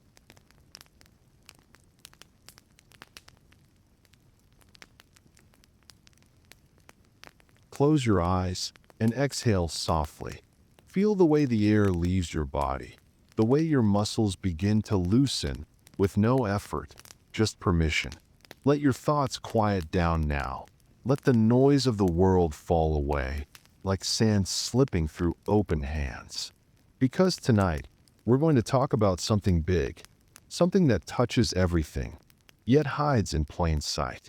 The systems we live in, The systems that shape us, the ones that feel too big to name, too normal to question. You've probably heard it before. The system is broken. But what if it's not? What if the system was never meant to work for everyone? What if the stress, the inequality, the pressure, the burnout, the competition, the endless hustle, what if those aren't accidents? What if they were designed? Let's begin gently with a quiet walk through time. Imagine history as a giant book, thick, heavy, written over centuries. Now imagine who held the pen. Was it the hungry? The oppressed? The dreamers? No, it was the powerful, the ones with land, with wealth, with armies, with influence. And when you write the rules, you write them in your favor. You don't need to be cruel, you just need to be efficient. Build a ladder, then pull it up behind you, and call it merit. Think about your day. You wake up, you rush, you work, you worry, you scroll, you buy, you repeat. All of that happens inside invisible walls. Economic walls, cultural walls, educational walls, legal walls. They're not chains, they're routines. But those routines aren't neutral. They were built by someone and for someone. And most of the time, that someone wasn't you. You've probably heard this phrase. If you work hard, you'll succeed. It's comforting, simple, clean. But quietly, it leaves something out. Because success depends on more than effort. It depends on access. Access to quality schools, access to healthcare, access to stable housing, access to time, quiet, safety. And those things, they're not given equally. So the game looks fair on the surface, but the starting lines are miles apart. And calling it merit doesn't change the map. Let's talk about burnout. The tiredness, the numbness, the sense that no matter how much you do, it's never enough. You might think it's your fault, that you're just bad at balance, not disciplined enough, not productive enough. But what if the system wants you that way? What if exhaustion keeps you from asking questions? What if busyness keeps you from dreaming? What if constant work keeps you from organizing, resisting, changing? Because someone profits when you're too tired to notice. We live in a world obsessed with more. More clicks, more customers, more hours, more growth. But people aren't infinite. Our bodies need rest. Our minds need silence. Our souls need space. The system doesn't account for that. It sees you as a unit, a metric, an asset. But you are not a cog. You're not a number. You're not your resume. You're not your feed. You're a full, breathing human being. And the system wasn't made with that in mind. Sometimes you'll hear stories of people who made it. The single mom who built a business. The dropout who became a billionaire. The underdog who won big. We love these stories. We hold them up like trophies. But here's the secret. The exception proves the rule. If the system truly worked for everyone, these stories wouldn't be so rare. They're not proof the system is fair. They're proof that breaking through the system takes extraordinary force. And yet we're told, if they can do it, so can you. That's not inspiration. That's pressure wrapped in glitter. Now, let's ask something gentle but powerful. Who benefits from the way things are? Who gets richer when you stay in debt? Who gets stronger when you feel small? Who stays in power when you don't vote, don't speak, don't believe in your own worth? It's not always one villain. Sometimes it's just momentum, systems built long ago, left to run unchecked. But until we see it, we can't change it. And until we name it, we keep blaming ourselves. Maybe the most important truth is this. You are not broken. The system is just working as designed. That's not an excuse, it's a key. A way to unlock self-compassion. Because your exhaustion is not laziness. Your anxiety is not weakness. Your confusion is not failure. It's evidence that you're still human, in a system that forgot how to be. So be gentle with yourself. You're not behind. You're not defective. You're just waking up. And is sacred. Before you drift into rest, ask yourself softly, what part of me has been trying to fit into something broken? Maybe your worth, your rest, your creativity, your dreams. Now ask, what would it feel like to stop blaming yourself for what was never yours to carry? Feel that breath of relief, that tiny flicker of freedom. That's you beginning again. The system isn't broken. It was built this way. But now you see it. And once you see it, you don't have to fight it all at once. You can just begin by resting, by thinking, by choosing differently, by dreaming outside the lines, by refusing to shrink, by treating yourself not like a product, but like a person who deserves rest and peace and ease. So tonight, let the system spin without you. You're not a cog anymore.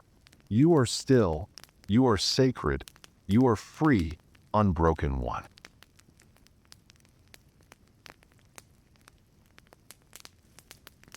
Have you ever looked at an old photograph and felt something move quietly inside you, like a forgotten sigh, rising up from deep within your chest? Not a memory exactly, but a feeling, a heaviness, a silence you didn't even know you'd buried. We often say, time heals all wounds. It's comforting, isn't it? Like a warm blanket pulled over pain. A soft promise that whatever hurts today will hurt less tomorrow. But what if that's not quite true? What if time doesn't heal? What if time just hides? Like snow covering the wreckage beneath it, like silence falling over screams no one heard, like dust settling on stories we were too scared to finish. Tonight, let's wander through that hidden landscape together. Softly, slowly. Let's talk about what time really does to the human heart. Time has a clever way of convincing us we're fine. We get up, we go to work, we laugh at something someone says, we tell ourselves, see, I've moved on. But sometimes, it's not healing, it's avoidance, dressed as recovery. Imagine a room in your mind. A simple room. In the center, something broken, a memory, a betrayal, a moment that changed you. And instead of fixing it, you slowly build furniture around it, a couch of distraction, curtains of busyness, a rug of routine, soft enough to cover the cracks. Eventually, you forget the broken thing is even there. You live around it, you decorate it, you call it growth. But healing, true healing, doesn't come from forgetting. It comes from remembering. With honesty and compassion, there's a reason we bury pain. It's not weakness, it's survival. The mind, just like the body, knows when something hurts too much to touch. So it numbs, it distracts. It hides the sharpest pieces in the darkest corners of our memory. And time becomes our accomplice. It piles years over trauma like earth over a coffin. Not to heal it, but to hide the smell. We smile, we date again, we tell ourselves we've moved on. But inside, there are voices still echoing in the hallways of our soul. Not loud enough to scream, just soft enough to ignore. Until one day, something small, a song, a face, a smell, unburies it. And suddenly, you're 17 again, or 25, or 40, right back in the middle of the moment you swore you'd forgotten. Time didn't heal it, it just helped you look away. Healing is not linear. It's not a staircase, it's a spiral. Sometimes you think you've moved forward, only to find yourself back in an old room, with a new kind of ache. But maybe that's not failure. Maybe that's just deepening. To truly heal, we must feel. Not once, not quickly, but many times in many ways. Like walking through the same forest, at sunrise, then at dusk, then in the pouring rain. Each time, seeing something new. Real healing feels like crying for no reason, forgiving someone who never apologized, writing a letter you'll never send. It's gentle, it's uncomfortable, it's slow, and most importantly, it's conscious. You have to choose to go back and sit with the pain, not to relive it, but to understand it. You must speak to your younger self, the one who was scared, the one who felt small, the one who didn't have the words to say. This is too much. And when you do, something begins to soften. Not forget, not erase, but integrate. Let's try something together. Close your eyes gently. Now, imagine a small version of yourself. Not a memory, but a person. A little you, sitting in a quiet room, eyes wide, shoulders tense, heart heavy. Now, imagine walking up to them, sitting beside them, and simply saying, I see you. I'm sorry it hurts so much. Feel how they soften. Feel how you soften. This is integration. This is healing. Another thought. What if pain is like a seed, and burying it doesn't kill it? It just lets it grow in the dark. It grows roots, shame, resentment, fear, until it blooms into patterns, habits, and choices that don't feel like ours. But they are. They're just unhealed stories with voices of their own. What if we unburied them, listened to them, thanked them for what they were trying to protect? Maybe they'd stop screaming. You don't have to go back all at once. You don't have to dig everything up tonight. But know this, avoided pain doesn't die. It just becomes part of your decisions. It becomes the way you love, the way you react, the way you trust or don't. Time can bury it, but only you can transform it. And transformation isn't loud. It's quiet. It happens when you sit in stillness and whisper, it's okay now. I'm here. You're safe. As you lie here now, feel the weight of your body sinking into your bed, the quiet hum of your breath. Soft, rhythmic, safe. There's nothing you need to fix tonight. No pain you must solve, no memory you must unearth. Just know this, the truth is time doesn't heal, but you can. And maybe, just maybe, that's even more powerful. Let your eyes get heavier now. Let the night wrap around you like a blanket of stars. You're not broken, you're blooming. Even the buried seeds. Reach for the light.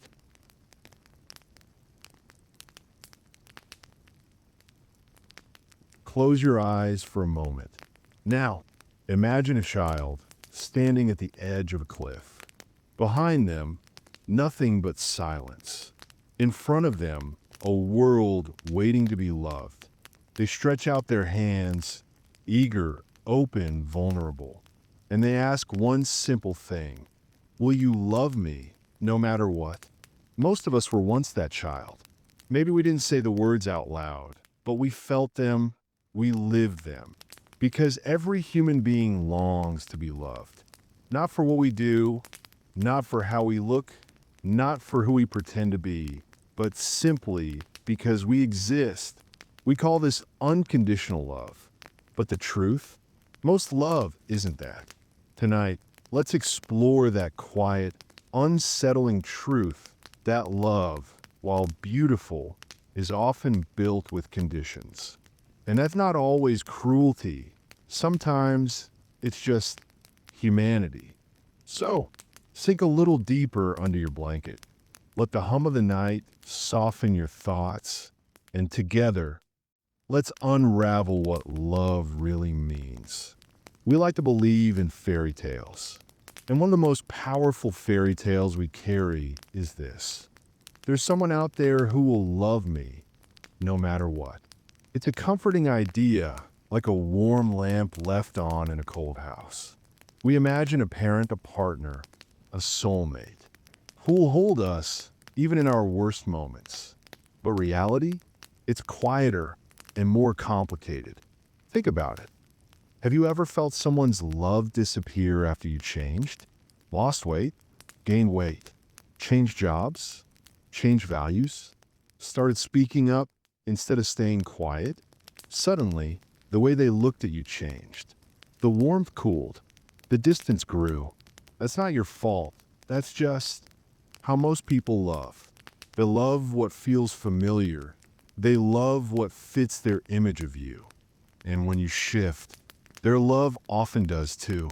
Let's go back in time, back to the very beginning.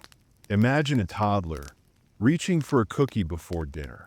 A parent frowns and the toddler senses not just disappointment, but withdrawal, a tightening, a pulling away of warmth.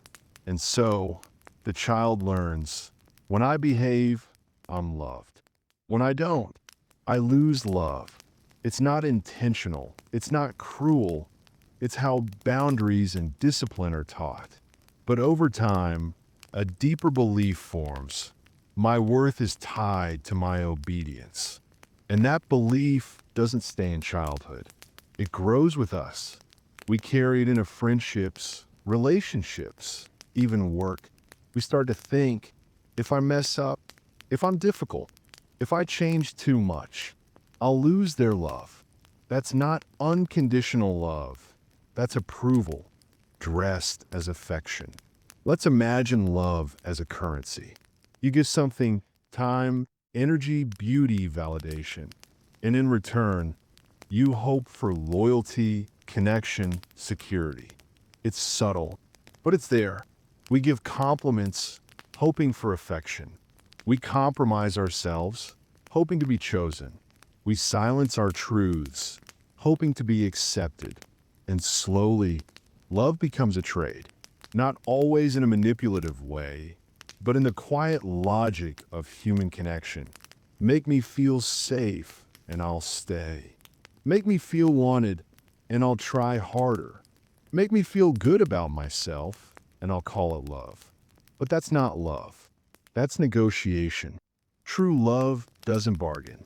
It doesn't measure your value by your usefulness. It simply is, but again, that kind of love is rare. Imagine this. You stop trying. You stop being pleasing. You stop playing the role they want you to play. And you simply become yourself. Not angry, not selfish, just honest. You speak up more. You rest more. You stop saying yes when you mean no. And suddenly, people leave. Not all of them, but some. Why? Because they weren't loving you. They were loving the version of you that made them comfortable. That's the heartbreak of growth. When you evolve, you outgrow some of the conditions that once earned you love. It's not your fault, but it is your freedom. Because now, you can start seeking something real. There's a love, so soft, so patient, so safe, that it doesn't flinch when you change. It doesn't panic when you pull away for a moment. It doesn't punish you for being messy or lost or loud. This love says, you don't have to earn me. You don't have to be perfect. You're allowed to grow, and I'll grow with you. This kind of love isn't loud. It's not flashy. It doesn't need to be proved. It's found in the quietest moments. A friend who listens without fixing. A partner who doesn't flinch at your sadness. A parent who says, I'm proud of you, even when you're struggling. This love is not common, but it's real, and you deserve it. Here's the twist most people miss. You can't expect unconditional love if you don't give it to yourself. Ask yourself, do you love yourself when you fail? When you cry too easily? When you say the wrong thing? When you look in the mirror and don't recognize your own eyes? Or do you scold yourself? Withhold kindness? Withdraw affection? The love you give yourself becomes the blueprint for what you accept from others. So tonight, let's practice a new kind of love. Not motivational, not performative, just gentle, just kind. Put your hand over your heart. Feel the quiet rhythm beneath your skin. Now whisper, I love you. Even now, especially now. Say it again, even if it feels silly. That's the beginning. Let's imagine, just for a moment, that someone loved you without needing you to be anything. Not thinner, not smarter, not more successful, not more agreeable. Just you. How would you speak differently? Walk differently? Rest differently? Would you breathe deeper? Would you laugh more? Would you say no when you meant it? Unconditional love isn't just a feeling. It's a freedom. And when you feel safe enough to be fully you, that's when you know love is real. Until then, love gently, love slowly, and love yourself fiercely. Now let your breath slow down. Feel your body melting into the mattress. There's nothing you need to be tonight. No performance to give, no role to play. You're not your achievements. You're not your appearance. You're not your usefulness. You are worthy, not because of what you give, but because of who you are. And in this quiet space, you're loved. You are enough. Let your eyes close now. Let the silence hold you. Love doesn't need to be earned here. It just is. Beautiful soul, sleep softly, sleep peacefully, and remember, you are already loved, and that will never change.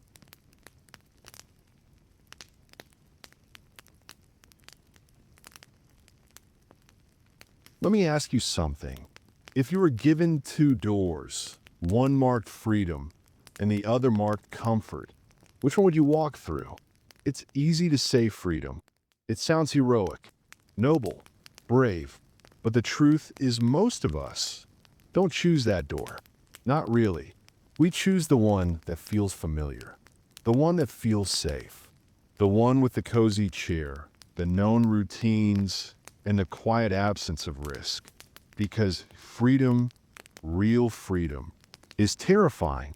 It asks us to stand alone, to question the world, to face the unknown without a map. And comfort? Comfort whispers, stay. It's warm here. Don't make things complicated. So tonight, let's gently explore this hidden truth, that sometimes we trade our freedom not for survival, but for convenience. And we don't even realize it. Take a breath. Sink a little deeper beneath your blanket and let your mind float softly into the quiet corners of this idea. From a young age, we're told stories of freedom. Heroes who broke the rules, rebels who follow their heart, trailblazers who carve new paths. But those are stories. In reality, most of us are taught to follow. Stand in line, do well in school, get a safe job, follow the script. We're told we're free, but freedom without choice is just an illusion. Think about it. When was the last time you made a decision that scared you because it was truly your own? When did you last step outside a system you were born into and say, this doesn't work for me? That's real freedom. And that kind of freedom is rare. Comfort is quiet. It doesn't shout. It whispers. It says, why risk the unknown when you already have enough? Why challenge your beliefs when they keep you safe? Why stand out when blending in feels easier? And so slowly, we build little cages, made of habits, made of excuses, made of justifications. We stay in jobs that drain us because the paycheck arrives on time. We stay in relationships that dull us because the silence is easier than starting over. We stay in belief systems that no longer fit because doubt is uncomfortable. This isn't weakness. This is human nature. We crave certainty, and comfort promises that, even if it's a lie. Imagine living in a warm, dimly lit room. There's a couch, a television, soft blankets. It's cozy, safe, but there are no windows. You forget what the stars look like. You forget what wind smells like. You forget what your own voice sounds like when it's not echoing someone else's expectations. Comfort can become a prison, decorated to feel like home. And the longer you stay, the harder it is to leave. Because outside those walls, it's cold, it's wild, it's unknown, but it's also real. It's where your full self lives, unfiltered, uncontrolled, free. Our brains are wired for patterns.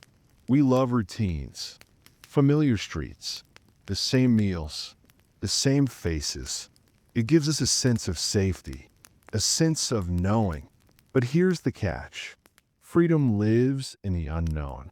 It lives in a blank page, the unplanned moment, the leap. And most people, without even realizing it, choose predictability over possibility. Because possibility comes with risk. What if I fail? What if I get hurt? What if I lose everything? But what if you find yourself? What if you taste a kind of peace that's only available outside the system? What if comfort has been keeping you small? Let's zoom out for a moment. Schools, workplaces, governments, religions. Most systems are not built to make you free. They're built to keep you in line. Not because they're evil, but because control is easier than chaos. A society where everyone is truly free would be messy, unpredictable, uncontrollable. So instead, we're given just enough freedom to feel free, but not enough to question the whole thing. You can choose what to wear, but not what hours you work. You can vote, but not question the structure of the system itself. You can speak freely, as long as it doesn't challenge too much. This isn't a conspiracy. It's a design. And most people choose to stay inside it because it feels easier than waking up. Let's play a game. Imagine you live in a beautiful golden cage. It has everything: food, music, company. You're celebrated, respected, loved, but the door is locked, and you didn't choose to be here. Now, one day, someone opens the door and says, you can leave. But out there are no guarantees. Would you walk out? Would you leave behind the applause for silence? Would you trade approval for truth? It's not an easy choice, because comfort is addictive, and freedom is lonely, but real and full and alive. When you begin to wake up, to step outside the patterns you were given, it's quiet. Friends may pull away. Family might not understand. The systems you once trusted may no longer feel right. And suddenly, you're standing alone. This is the price of freedom. Not forever, but at first. But then, you meet others. Wanderers, thinkers, dreamers. People who also chose to live awake. And slowly, you build a new kind of comfort. Not one built on routine, but on truth. Not on obedience, but on alignment. And that comfort is when you choose. Here's something no one tells you. Freedom isn't fun all the time. It's not endless beaches and quiet mornings. Freedom is responsibility. It means you can't blame anyone. You can't point to the system and say, this is why I'm unhappy. Because now, it's your choice, your path, your mistakes, your joy. And that level of ownership is terrifying, but it's also sacred. Because when you choose your life, you get to live it fully, deeply, consciously. As you lie here now, breathing slowly, letting the night hold you, ask yourself gently, where have I chosen comfort over truth? Where have I stayed quiet when my soul longed to speak? Where have I traded freedom for a softer pillow? There is no shame in choosing comfort. We all do it sometimes. But just know that freedom, real, soul-deep freedom, is always waiting, not in the distance, but right here, in your next honest breath, in your next brave no, in your next soft yes to something that feels like you. You are free. You always were. Now rest. Let your mind float. Let your body soften. And tomorrow, when you wake, maybe you'll choose the other door, the one marked freedom, even if it's scary, even if it's unknown, because that is where you find yourself again. You're not alone. You never were.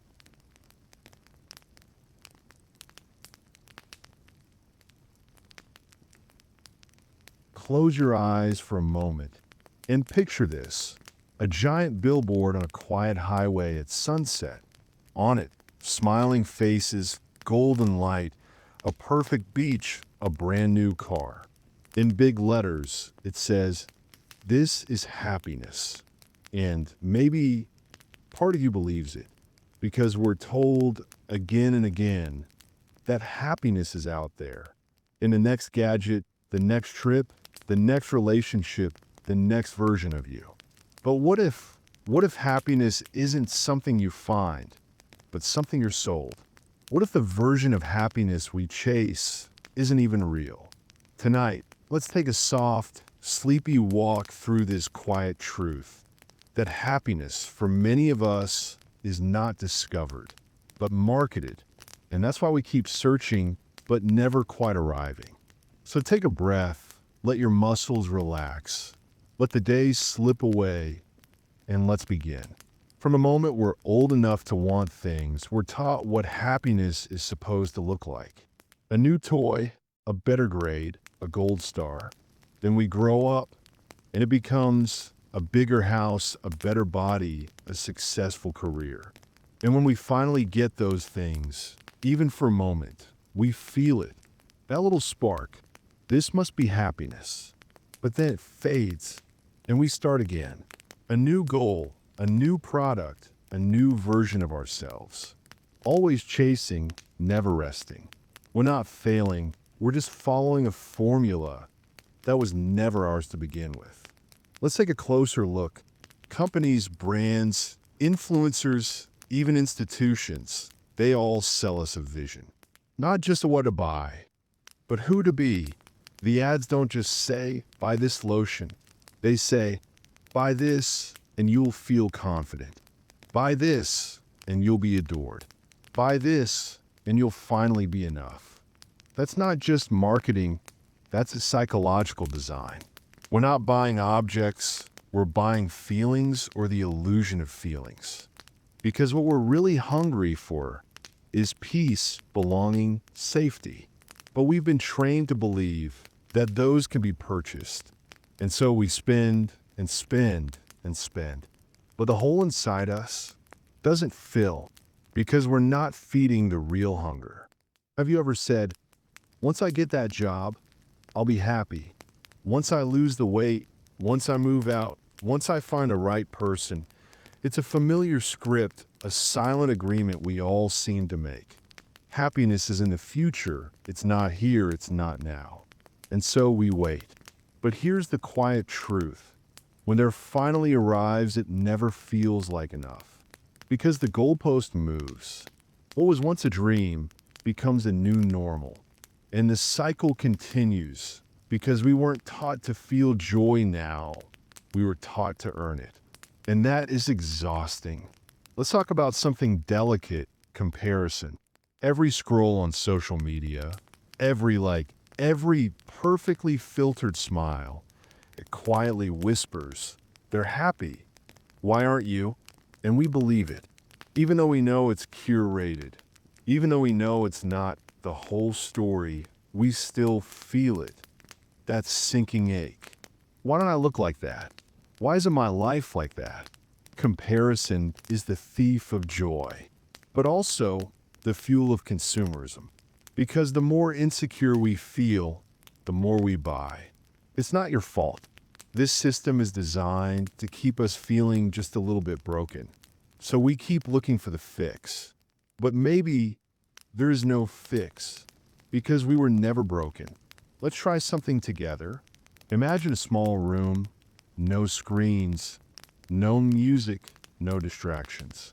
Just you, your breath, your heartbeat.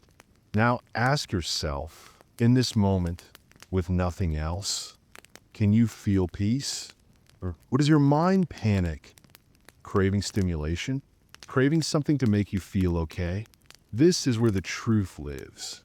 We become uncomfortable with stillness because stillness doesn't promise anything. No upgrade, no dopamine, no applause. But stillness is where real joy grows. Quiet, simple, unmarketable. There are moments that don't sell well, but hold deep happiness. A cup of tea on a rainy morning, a long hug from someone you love, a breath of fresh air after being inside all day. Nobody profits off those moments. They don't trend, they don't come in packaging, but they're real. They're not glamorous, but they're honest. They don't promise transformation, they simply are. And in those moments, you don't chase happiness, you notice it. So if happiness isn't something you buy, and it isn't something you achieve, then what is it? Maybe it's presence. Maybe it's alignment. Maybe it's feeling whole without needing anything to change. And that can only happen when you slow down. So ask yourself, gently, without judgment, what does happiness feel like when no one is watching? What makes your body soften? What makes your heart feel warm? That's your version. Not the billboard, not the influencer, not the app, yours. And that kind of happiness can't be marketed because it can't be controlled. Let's imagine you stopped chasing. Just stopped. Stopped fixing, stopped optimizing, stopped reaching for the next better. What would be left? Stillness. And maybe truth. Maybe the version of you right now is already enough. Not in a motivational way, not in a you got this kind of way, but in a soft, quiet, whisper in the dark kind of way. You are enough. Even in your mess, even in your confusion, even in your stillness. Let that truth settle into your bones tonight. Let it breathe through you. You're allowed to stop searching. Just for a moment, just for now. As you lie here, listening, breathing, being, remember this. Happiness isn't something you find. It's something you feel. And it doesn't live in the future, or in the feed, or in the next shiny thing. It lives in you. Right now. Right here. In your breath. In your body. In this moment. You are not behind. You are not lacking. You are not lost. You are here. And that is enough. Let your eyes grow heavy. Let the noise of the world drift away. Let sleep carry you gently into the quiet. No more chasing. No more searching. Just rest. Because the kind of joy you're looking for was never in the ads. It was always in you. Sleep softly. Sleep freely. You've already arrived.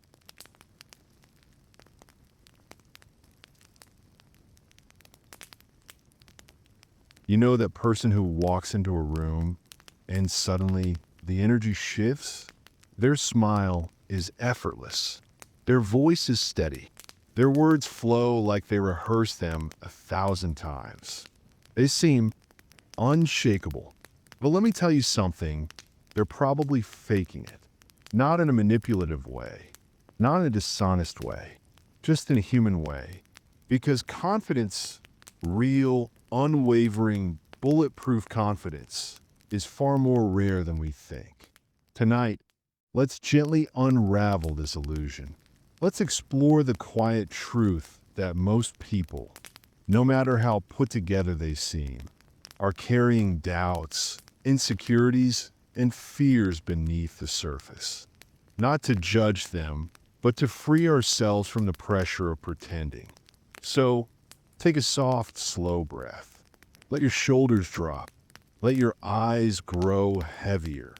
And let's begin our journey through the beautiful, fragile illusion of confidence. From the time we're little, we're taught how to perform. Smile for the camera. Say thank you, even when you don't feel grateful. Speak up in class, even if your voice shakes. We learn quickly. The world responds better to strength and softness, to certainty over vulnerability, to boldness over honesty. So we adapt. We wear masks. We rehearse lines. We keep our hands from trembling, even when our hearts do. It's not deception. It's survival.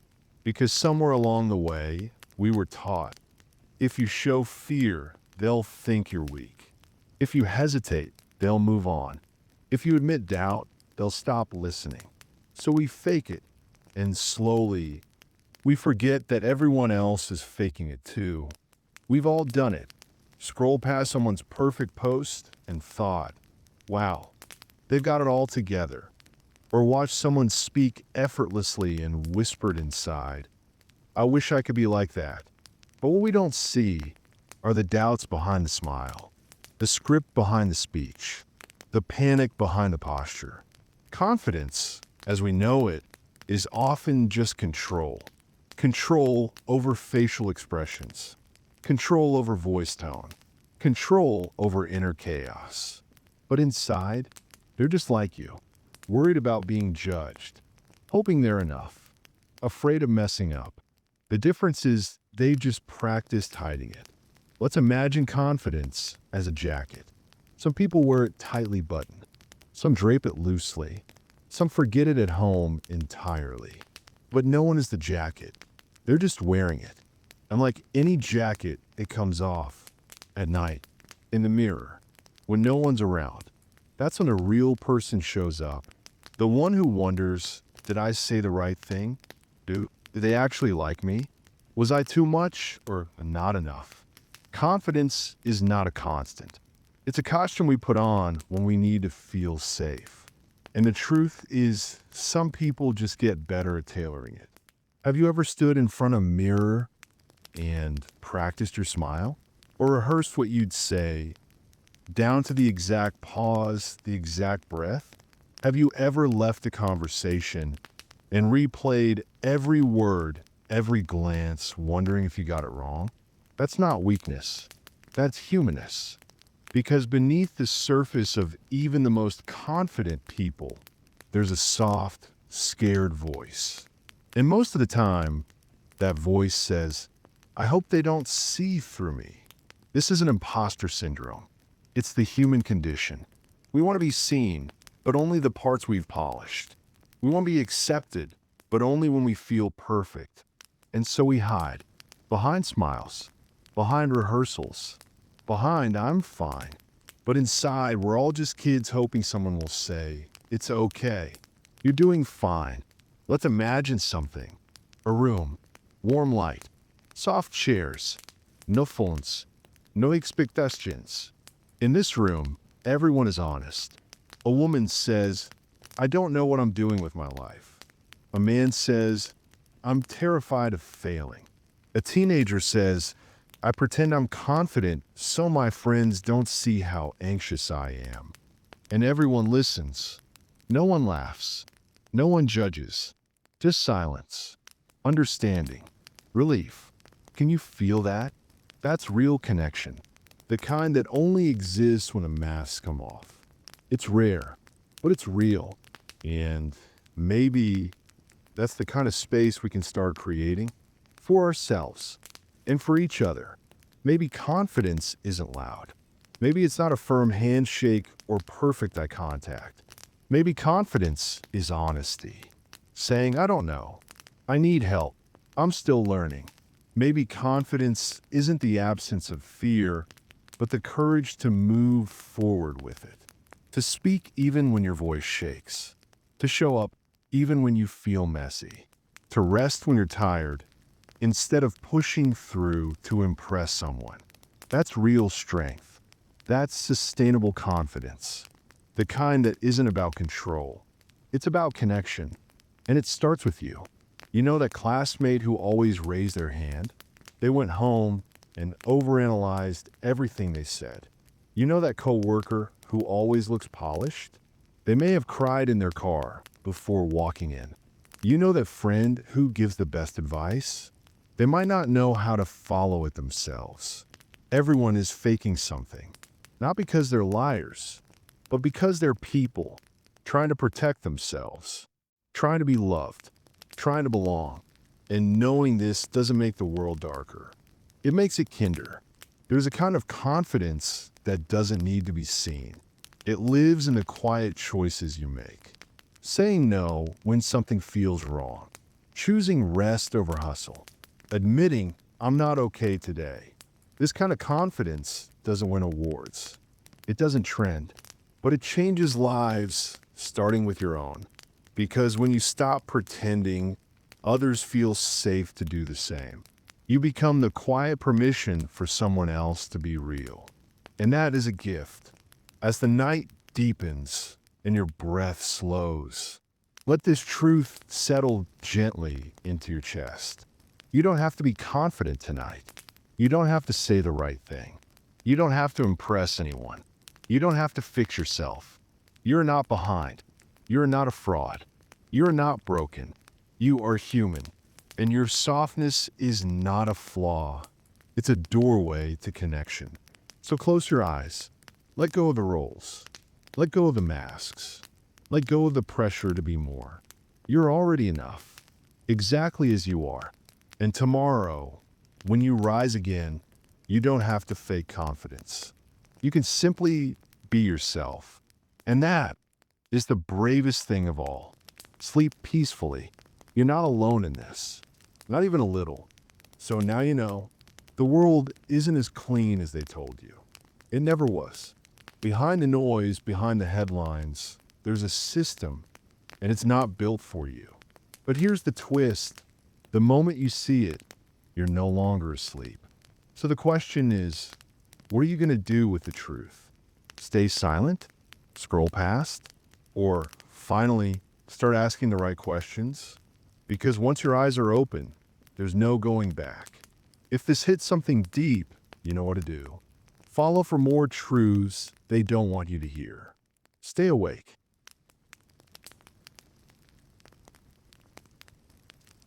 Okay, now let's stretch the mind a little further. Not just your mind, but the whole universe. Close your eyes for a second. Picture the stars, millions of them, then billions. Galaxies spinning like ancient clocks, nebulas birthing suns, black holes swallowing time itself. Kinda hard to wrap your head around, right? But what if I told you all of that? The entire cosmos could be just code. Digital, simulated, artificial, like a video game, but on a whole other level. So complex, so detailed, so seamless, it fools everyone living inside it. That's what the simulation hypothesis is about. And it's not just some sci-fi daydream anymore. Philosophers, scientists, even tech billionaires, they've all started asking the same wild question. Could this reality, everything we see, feel, taste, even believe, be a kind of cosmic software? A simulation so perfect, we forget we're even in it? I mean, think about how far we've come in just a few decades, from Pong to photorealistic virtual worlds. Now imagine what kind of simulations we could be running in 1,000 years or 10,000. If a future civilization had the tech to simulate entire realities, wouldn't they at least try? And if they did, how would we ever know we were inside one? It's a bit unsettling, isn't it? The moon you see outside your window tonight might just be a digital projection. Your memories, your fears, that first kiss you still think about sometimes. What if they're just lines of code in some hyperreal script? But here's the twist. If this really is a simulation, that means something built it. Someone wrote the rules. The physics, the beauty, the heartbreak. So then, is there a reason for it all? A purpose? A player behind the curtain? Or is it just raw data, running wild, looping forever? And that brings us back to you. Are you the player, or just a character in the game? Are you actually making choices, or are the choices just showing up, one by one? But here's the thing. If the emotions you feel are real, if the love you hold is real, if the tears you cried last week were real enough to burn, does it even matter? Maybe reality isn't about what's under the surface. Maybe it's about how it feels to be here, right now, lying in the dark, breathing, listening. You don't have to know if it's real. You just have to live like it matters. And maybe, just maybe, that's the only kind of proof we ever really need. Let's go deeper tonight, not just into sleep, but into the edges of what you call reality. Right now, you're lying in bed. You feel the weight of the blanket. You hear the soft hush of my voice. Maybe your room is dim. Maybe there's a glow from a street lamp outside. Maybe you're just beginning to drift. But wait, what if none of this is real? What if everything you're seeing, hearing, feeling, this voice, this bed, this whole world, is nothing but an illusion being fed into your mind? Imagine your brain floating in a jar. A simple glass vat. Somewhere in a lab you've never seen, surrounded by wires, pulsing with signals. And those signals? They're feeding you this exact experience. Touch, sound, emotion, memory, all just electrical impulses, artificially created. How would you know the difference? If the simulation is perfect, if the data entering your brain is identical to what real life would give you, then to you, it feels real. It is real. Because your reality isn't out there. It's in here, inside your mind. So let me ask you this. If you can't tell the difference between the dream and the real, does the difference still matter? What if right now you're not listening from a bedroom, but from inside a controlled environment, a container of consciousness? You wouldn't be able to prove otherwise. The philosopher Hilary Putnam once posed this question, not to scare us, but to make us think. What is knowledge if we can't even trust our own senses? It's a strange kind of loneliness, isn't it? The idea that your world might just be a projection, like light flickering in a theater, convincing you the story is solid, when it's really just shadows. But here's the comforting part. Even if it's all simulated, your feelings are still real. Your longing, your laughter, your love, they arise from within you. No one can fake that, no matter how many wires they plug in. So even if your brain was in a vat, this moment, right now, this quiet, thoughtful, drifting moment, it still belongs to you. Not the lab, not the program, not the vat. You. And maybe that's what being human really means, not being able to prove what's real, but being able to feel what matters anyway. Let that thought cradle you tonight. You don't have to figure it all out. You don't need to prove anything. Just breathe and let go.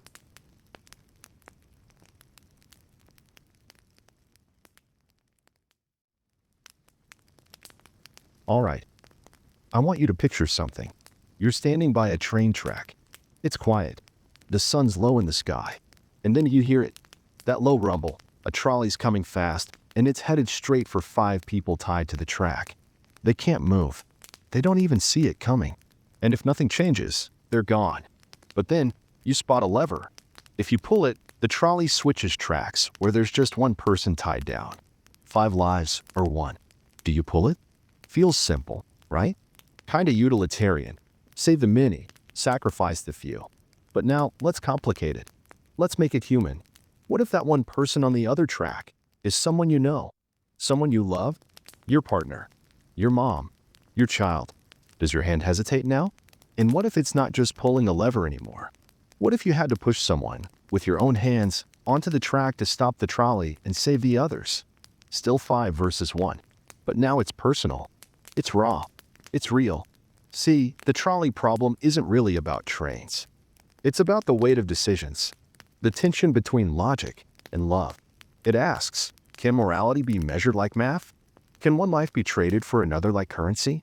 And here's the deeper twist. We live versions of this dilemma every single day. When we buy cheap clothes made in sweatshops, when we scroll past stories of pain and keep moving, when we pick comfort over compassion, aren't we just standing at a lever? We can't save everyone. We can't carry every burden. But we're always choosing. And sometimes, we forget that not choosing is a choice. Now take a breath with me. Let that land, not to weigh you down, but to remind you, you have power.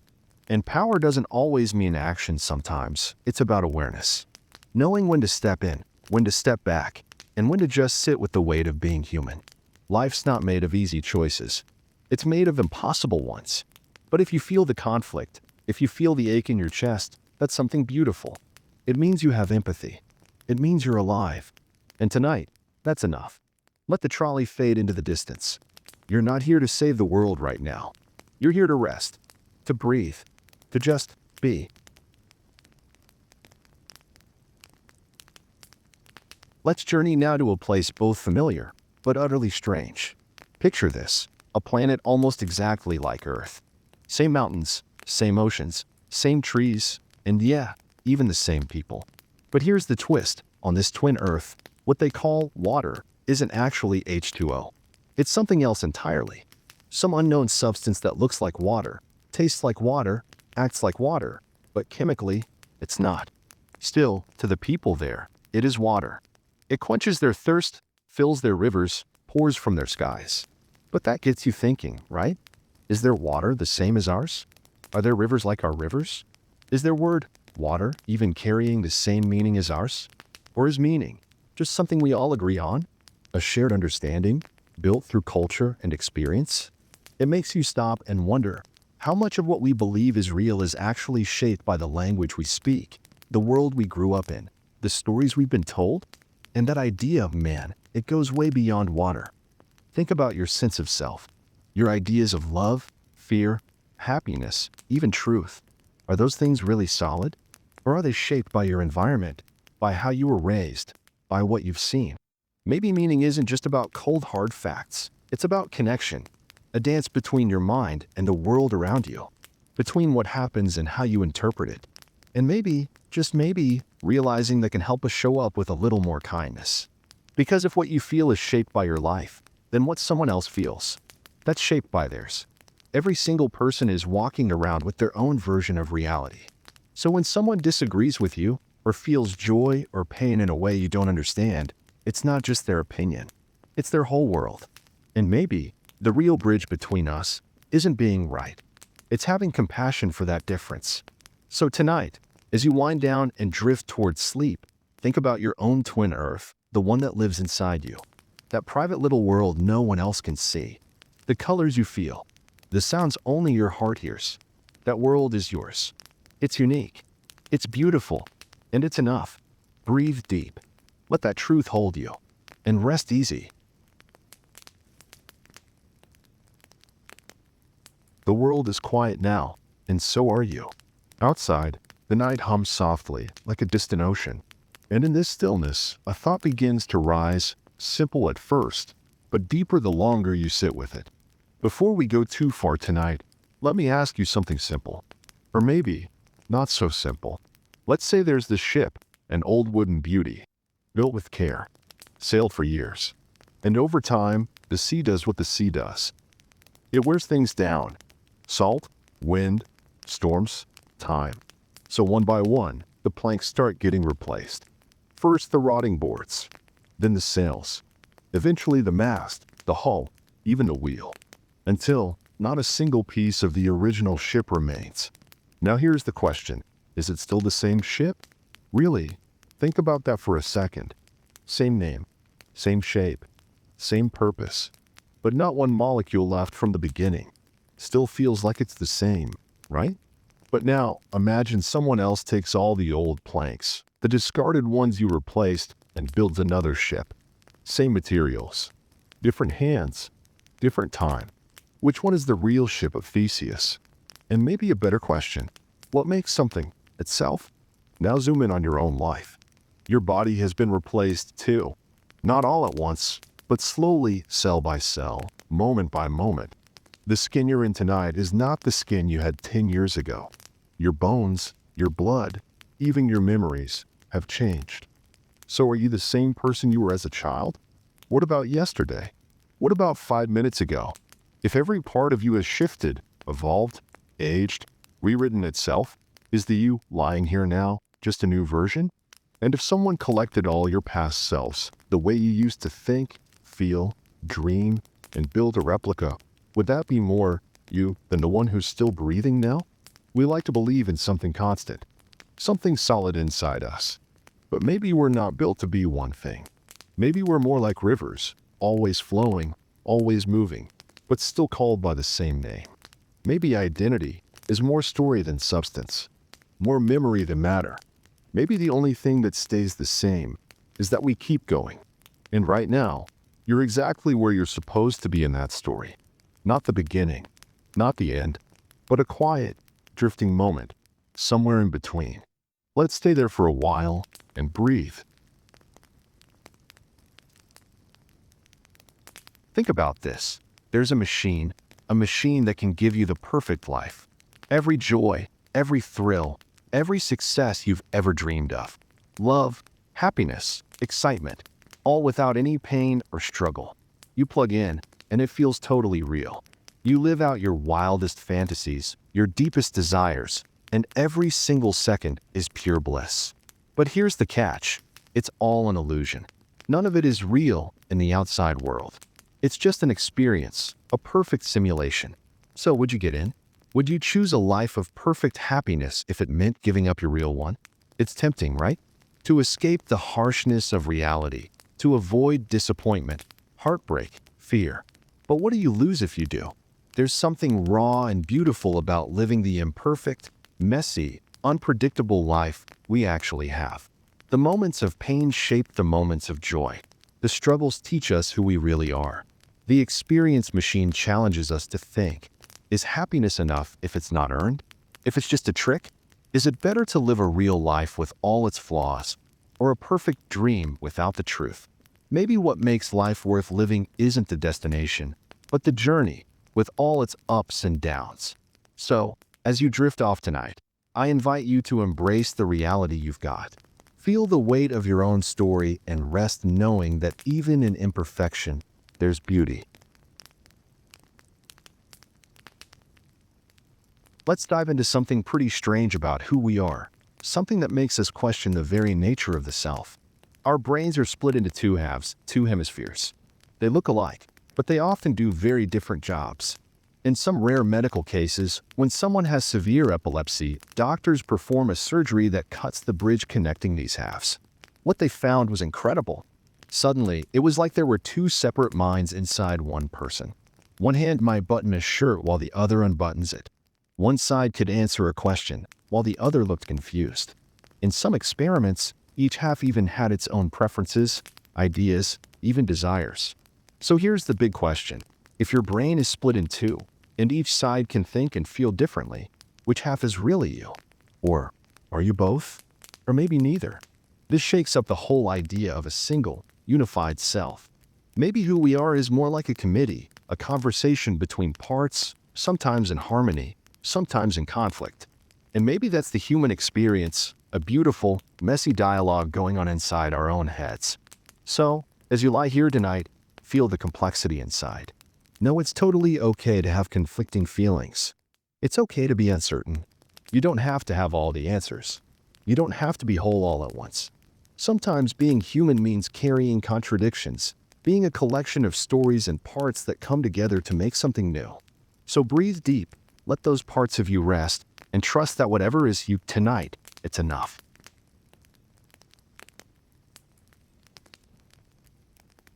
What if I told you there's a machine hidden in some secret lab, or maybe just imagined for now, that can do something unthinkable? Not teleport you, not clone you, but rebuild you, atom by atom, thought by thought. A machine that scans every detail of your mind and body, your memories, your dreams, even that scar on your knee from when you were 5. Then, without hesitation, it destroys your original body. Gone. Erased like you never existed. But in the blink of an eye, across the room, a new you appears. You sit up. You speak. You laugh. You remember. Everything feels normal. But something's off. Something haunting. Because here's the question that creeps in like a shadow. Is that really you? Or is that just a perfect copy, playing the role, wearing your face, acting like nothing happened? If your original self was obliterated, and this new version just kept going, what actually survived? Is your identity just data? Are you your memories? Or is there something deeper, something no machine could touch? Maybe you're not one single thing. Maybe you're a story, a flickering light moving through time. Maybe the self isn't a solid object, but more like a river, always changing, always flowing. And if that's true, then what does it really mean to be you? To continue? To survive? Are you just your brain? Or are you something else entirely, something invisible, something sacred, something that slips through logic like a dream? And maybe, as you lie here tonight, you don't need to solve that mystery. Maybe it's okay not to know. You're here. You're breathing. You're aware. And that's enough. So let the questions float. Let your body soften. Let the strange beauty of existence wash over you. You are not broken. You are not lost. You are a moment in motion. You are safe. You are whole. You are home. Ever feel like no matter how hard you try, you're always just a little too late? Like something is always just out of reach. You chase the dream, the peace, the closure, and yet it slips right past your fingertips. You get close, but never quite there. That's not just in your head. In fact, it's one of the oldest paradoxes in philosophy. Imagine this. You want to walk across a room. To reach the door, you first have to walk halfway. Simple enough. But now, from that halfway point, you have to go halfway again. And again. And again. Every time you move forward, you cut the distance in half. According to the ancient Greek philosopher Zeno, this means you'll never actually arrive. Because there are infinitely many halfway points, and you're always stuck in between. Sounds ridiculous, right? But when you really sit with it, when you slow your mind down, you realize something deeper, something unsettling. What if this isn't just about walking? What if it's about time? About existence? Is time truly one smooth flow? Or is it chopped into infinite slices, moments stacked so tightly we can't even see the gaps? What if motion, your every step, your every choice, is just your mind stitching together still frames to create the illusion of movement? Think about that for a second. What if you're not moving through time, but stuttering across frozen fragments of it? Reality isn't as solid as it feels, is it? That unease you sometimes feel at night, the weight in your chest, the sense that something isn't quite real, that might be your mind brushing up against the glitch. The fracture in the system. Maybe the world isn't continuous. Maybe you aren't. Maybe you are just a pattern, a rhythm, repeating slightly differently each time. And maybe that's why so many of us feel stuck, like we're chasing something that's always a few steps ahead. Not because we're broken, but because we were never meant to arrive. We were built for the halfway, for the never quite there, for the pause between motion. So tonight, as you lie there in the hush of your room, blanket wrapped, heartbeat slow, let go of the need to finish the race. Let go of the idea that you're supposed to arrive anywhere. You're not late. You're not lost. You're exactly where you're meant to be, somewhere in between. A still point inside infinity. A breath suspended between two eternities. And in that stillness, you are not lacking. You are not behind. You are whole. Because wholeness isn't a destination, it's a rhythm. A dance between becoming and being. Between the step and the silence. So tonight, be the half step. The space before the next thought. The quiet between your breaths. And know that even if you never reach the door, even if you're always just halfway there, you are still part of something infinite. And that, in itself, is beautiful.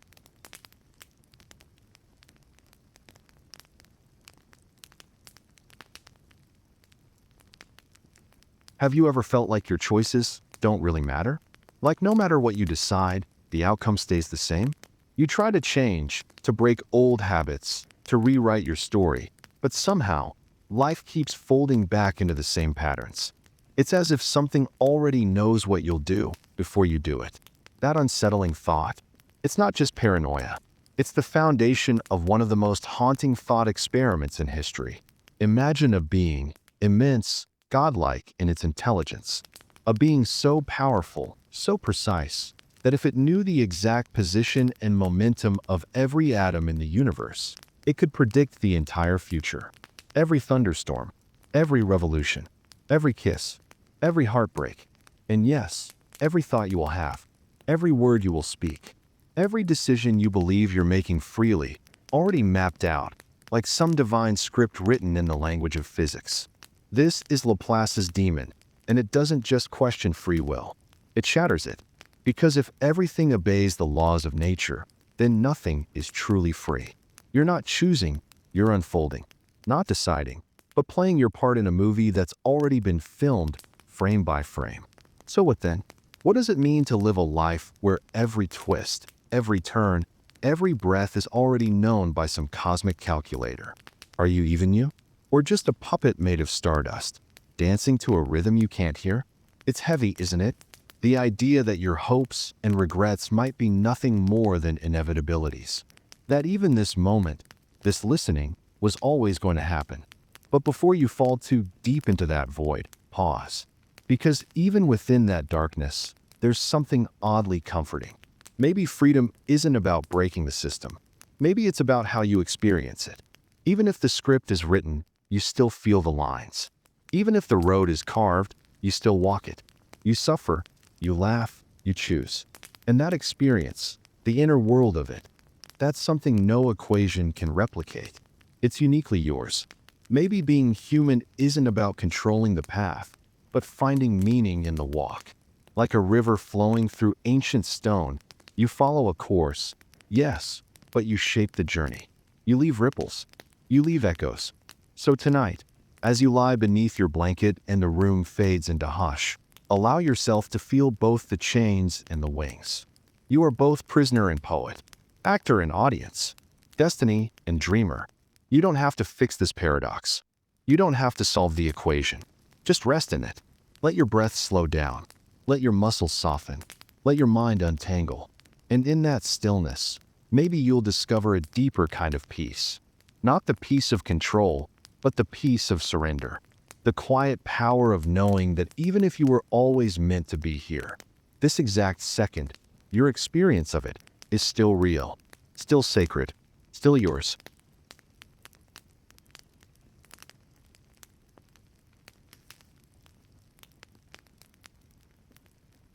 You ever get that weird feeling, like you're slowly fading from the inside out, and no one even notices?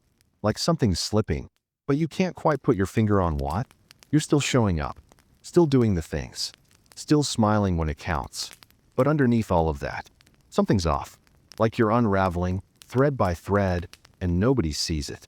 Not even you, until it's already halfway gone. That quiet kind of falling apart. It's not just some random mood swing. It's deeper, older.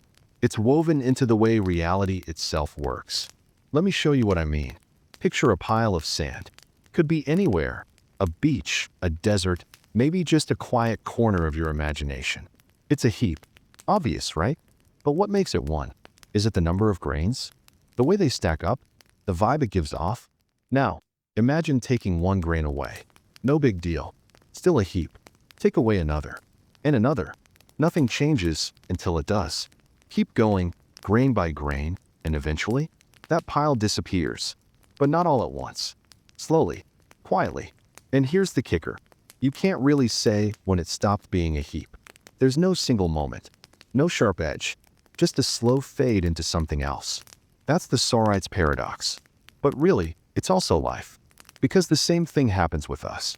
There's no obvious line between being fine and being burned out. Between childhood and adulthood. Between holding on and letting go. Life doesn't hand us clear boundaries. It hands us blurred transitions. Maybe that's what you're feeling tonight. Like you're in between. Like you don't quite fit who you were, but you're not fully sure who you're becoming either. That's okay. That's human. You don't need to have it all mapped out. You don't need a label or a final form or some big aha moment. You are not static. You're not supposed to be. You are a heap of experiences shifting, a story in motion. And yeah, it's messy. But that mess? That's where growth lives. So tonight, let the mess be. Let the blur be. Let the questions be. Sink into the stillness. Breathe. You are not broken. You are becoming. And that's more than enough.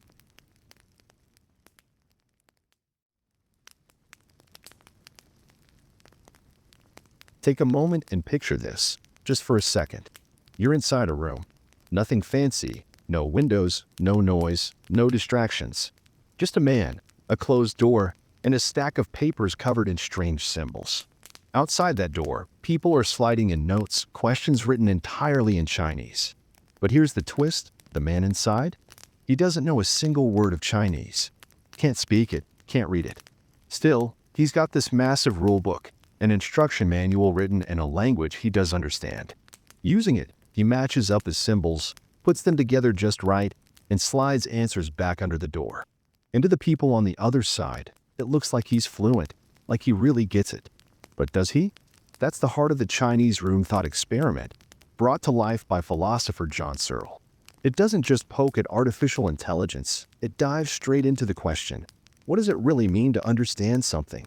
Is it enough to mimic intelligence, to fake it so well that no one notices? Or does true understanding need something deeper, something real inside? Now think about yourself for a second. When you read a story, talk to someone you love, or just watch a sunset fade into the horizon, you're not just processing data. You're feeling it. You're living it. You don't just see colors, you feel their warmth. You don't just hear words, you hear the emotion behind them. But imagine a machine that could respond just like a person, flawlessly, but never actually feel anything. What would that mean for the idea of consciousness? Of being aware? Of being truly alive? There's something haunting about that idea, that something could imitate life so well without ever actually being alive. And yet, maybe that's what makes us turn inward. What is it in you that makes your experience feel so real? Is it your brain? Your body? Your soul? Or is it something you can't quite name, a kind of inner spark that can't be coded, scripted, or simulated? As you lie here tonight, in the stillness of your room, let yourself feel the mystery of your own mind. You are not just thoughts. You're not just the words you say. or the roles you play. You are something deeper, something beautifully, unrepeatably alive. And that thought? It should bring a quiet comfort. Because no matter how complex the world may seem, there's something in you, something shining, that no machine or system can ever copy. So breathe easy tonight. Let that light inside you glow. Let it wrap around you like a soft blanket. You don't have to figure everything out. You just have to be here. And that, my friend, is more than enough.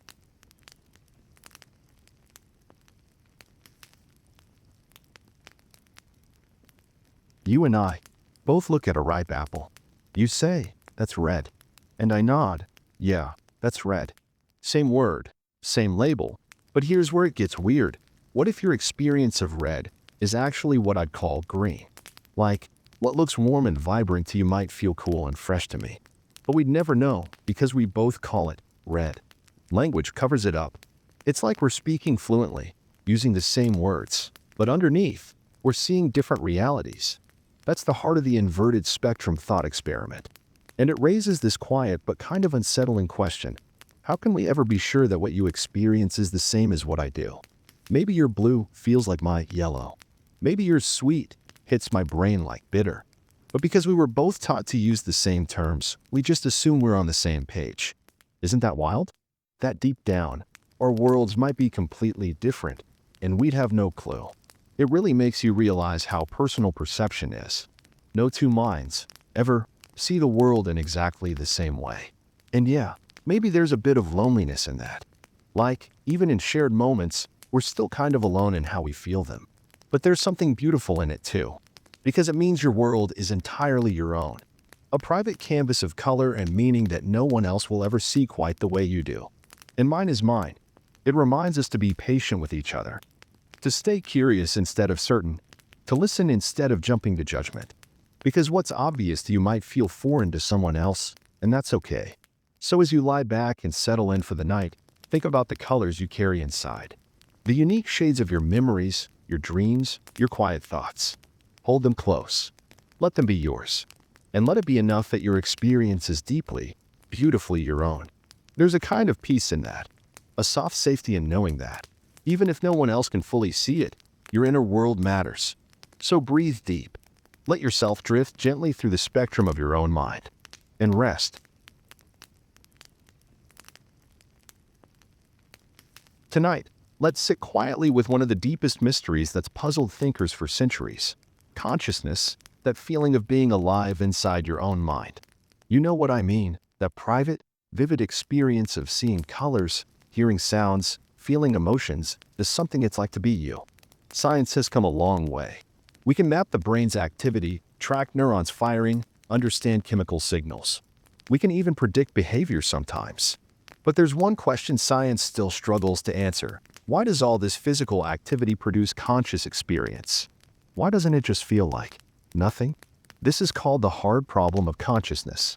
It asks, how does subjective experience arise from matter? Think about watching a sunset.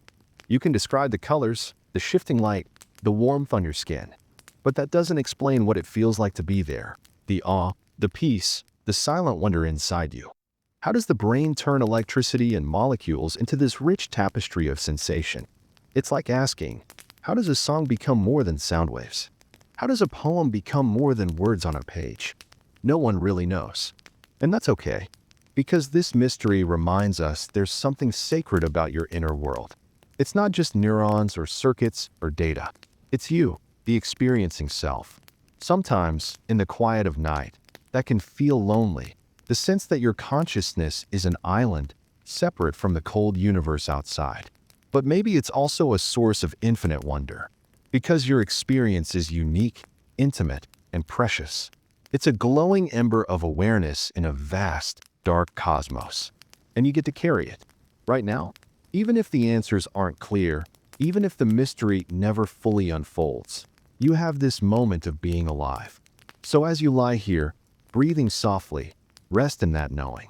Your consciousness is a miracle, a deep, profound gift.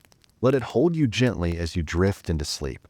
And know, you are awake, even as you dream.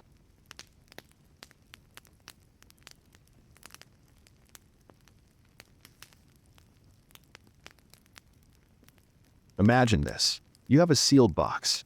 Inside is a cat. There's also a tiny, mysterious device that may or may not release poison, triggered by the random decay of a radioactive atom. Here's the catch. Until you open the box and look inside, the cat is considered to be both alive and dead at the same time. Sounds impossible, right? How can something be in two opposite states simultaneously? This is the famous Schrödinger's cat thought experiment, proposed by physicist Owen Schrödinger in 1935 to illustrate the puzzling nature of quantum mechanics. In the quantum world, particles can exist in multiple states at once, a concept called superposition. But when observed, they collapse into one definite state. The cat becomes the symbol of this paradox. Until measured, the cat's fate is uncertain and both possibilities coexist. Now, let's take a breath and zoom out. What does this mean for us? It challenges how we think about reality itself. How often do we assume things are fixed and certain, when maybe they're fluid and unknown, waiting for us to observe, to engage, to decide? It also invites us to reflect on the power of observation, not just physically, but emotionally, mentally. How does your attention shape your world? How does your perception affect your experience? Sometimes, in life, we hold on to uncertainty, unsure whether something is alive or dead, possible or impossible. We wait. We hesitate. The cat inside the box is like that feeling, suspended between hope and fear, doubt and certainty. And maybe the lesson is to embrace the unknown, to sit with the mystery without rushing to label it. Because just like the cat, many parts of your life exist in that twilight zone, not yet resolved, not yet defined, and that's okay. Tonight, as you rest your head, think of yourself as the observer, not just of the world, but of your own inner experience. You have the power to witness, to acknowledge, to gently hold whatever comes. And in that witnessing, things begin to shift. The cat may be alive or dead, or maybe both, or maybe something beyond our current understanding. And so are you. In this quiet moment, floating between waking and sleeping, allow yourself to be present with the uncertainty. Let go of the need for answers. Let yourself simply be. Breathe softly. Feel the gentle rhythm of life, uncertain, mysterious, and beautifully alive.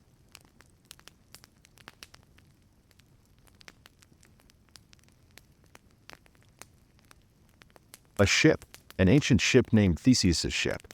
Over time, one plank is replaced, then another, until every single part of the ship has been swapped out.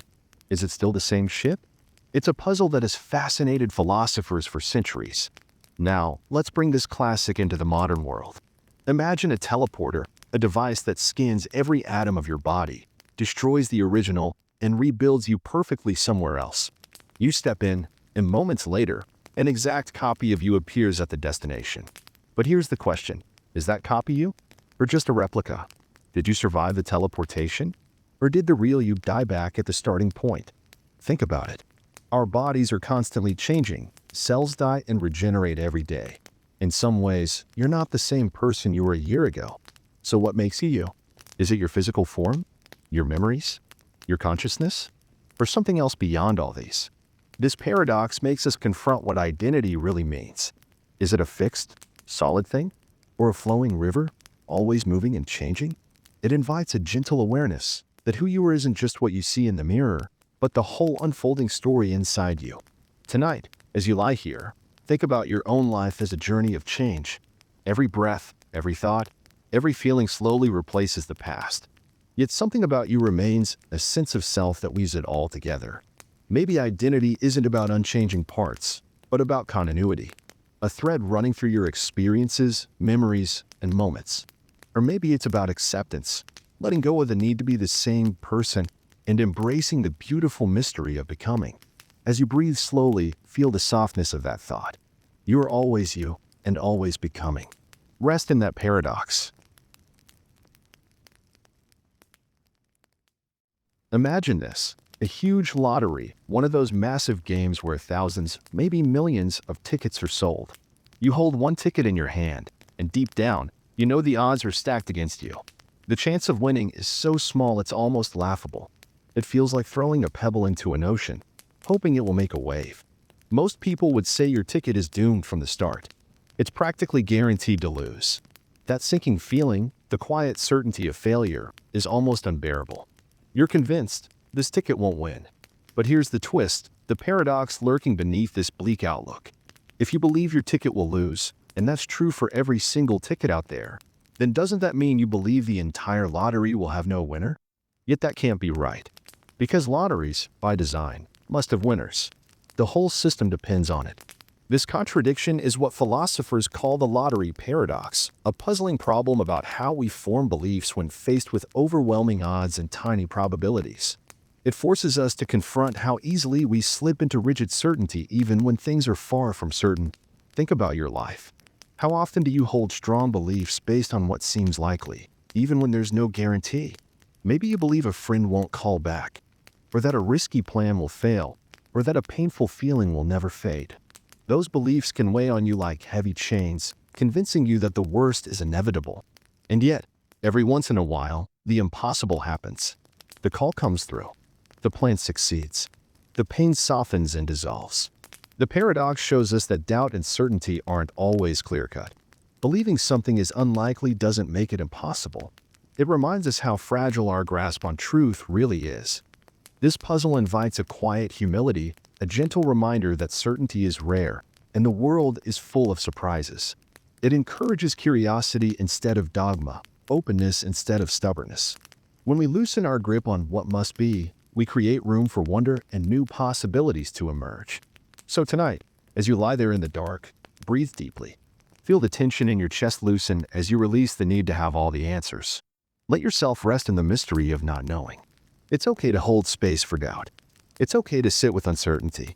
In that space, life can surprise you in beautiful and unexpected ways. And for now, you are safe.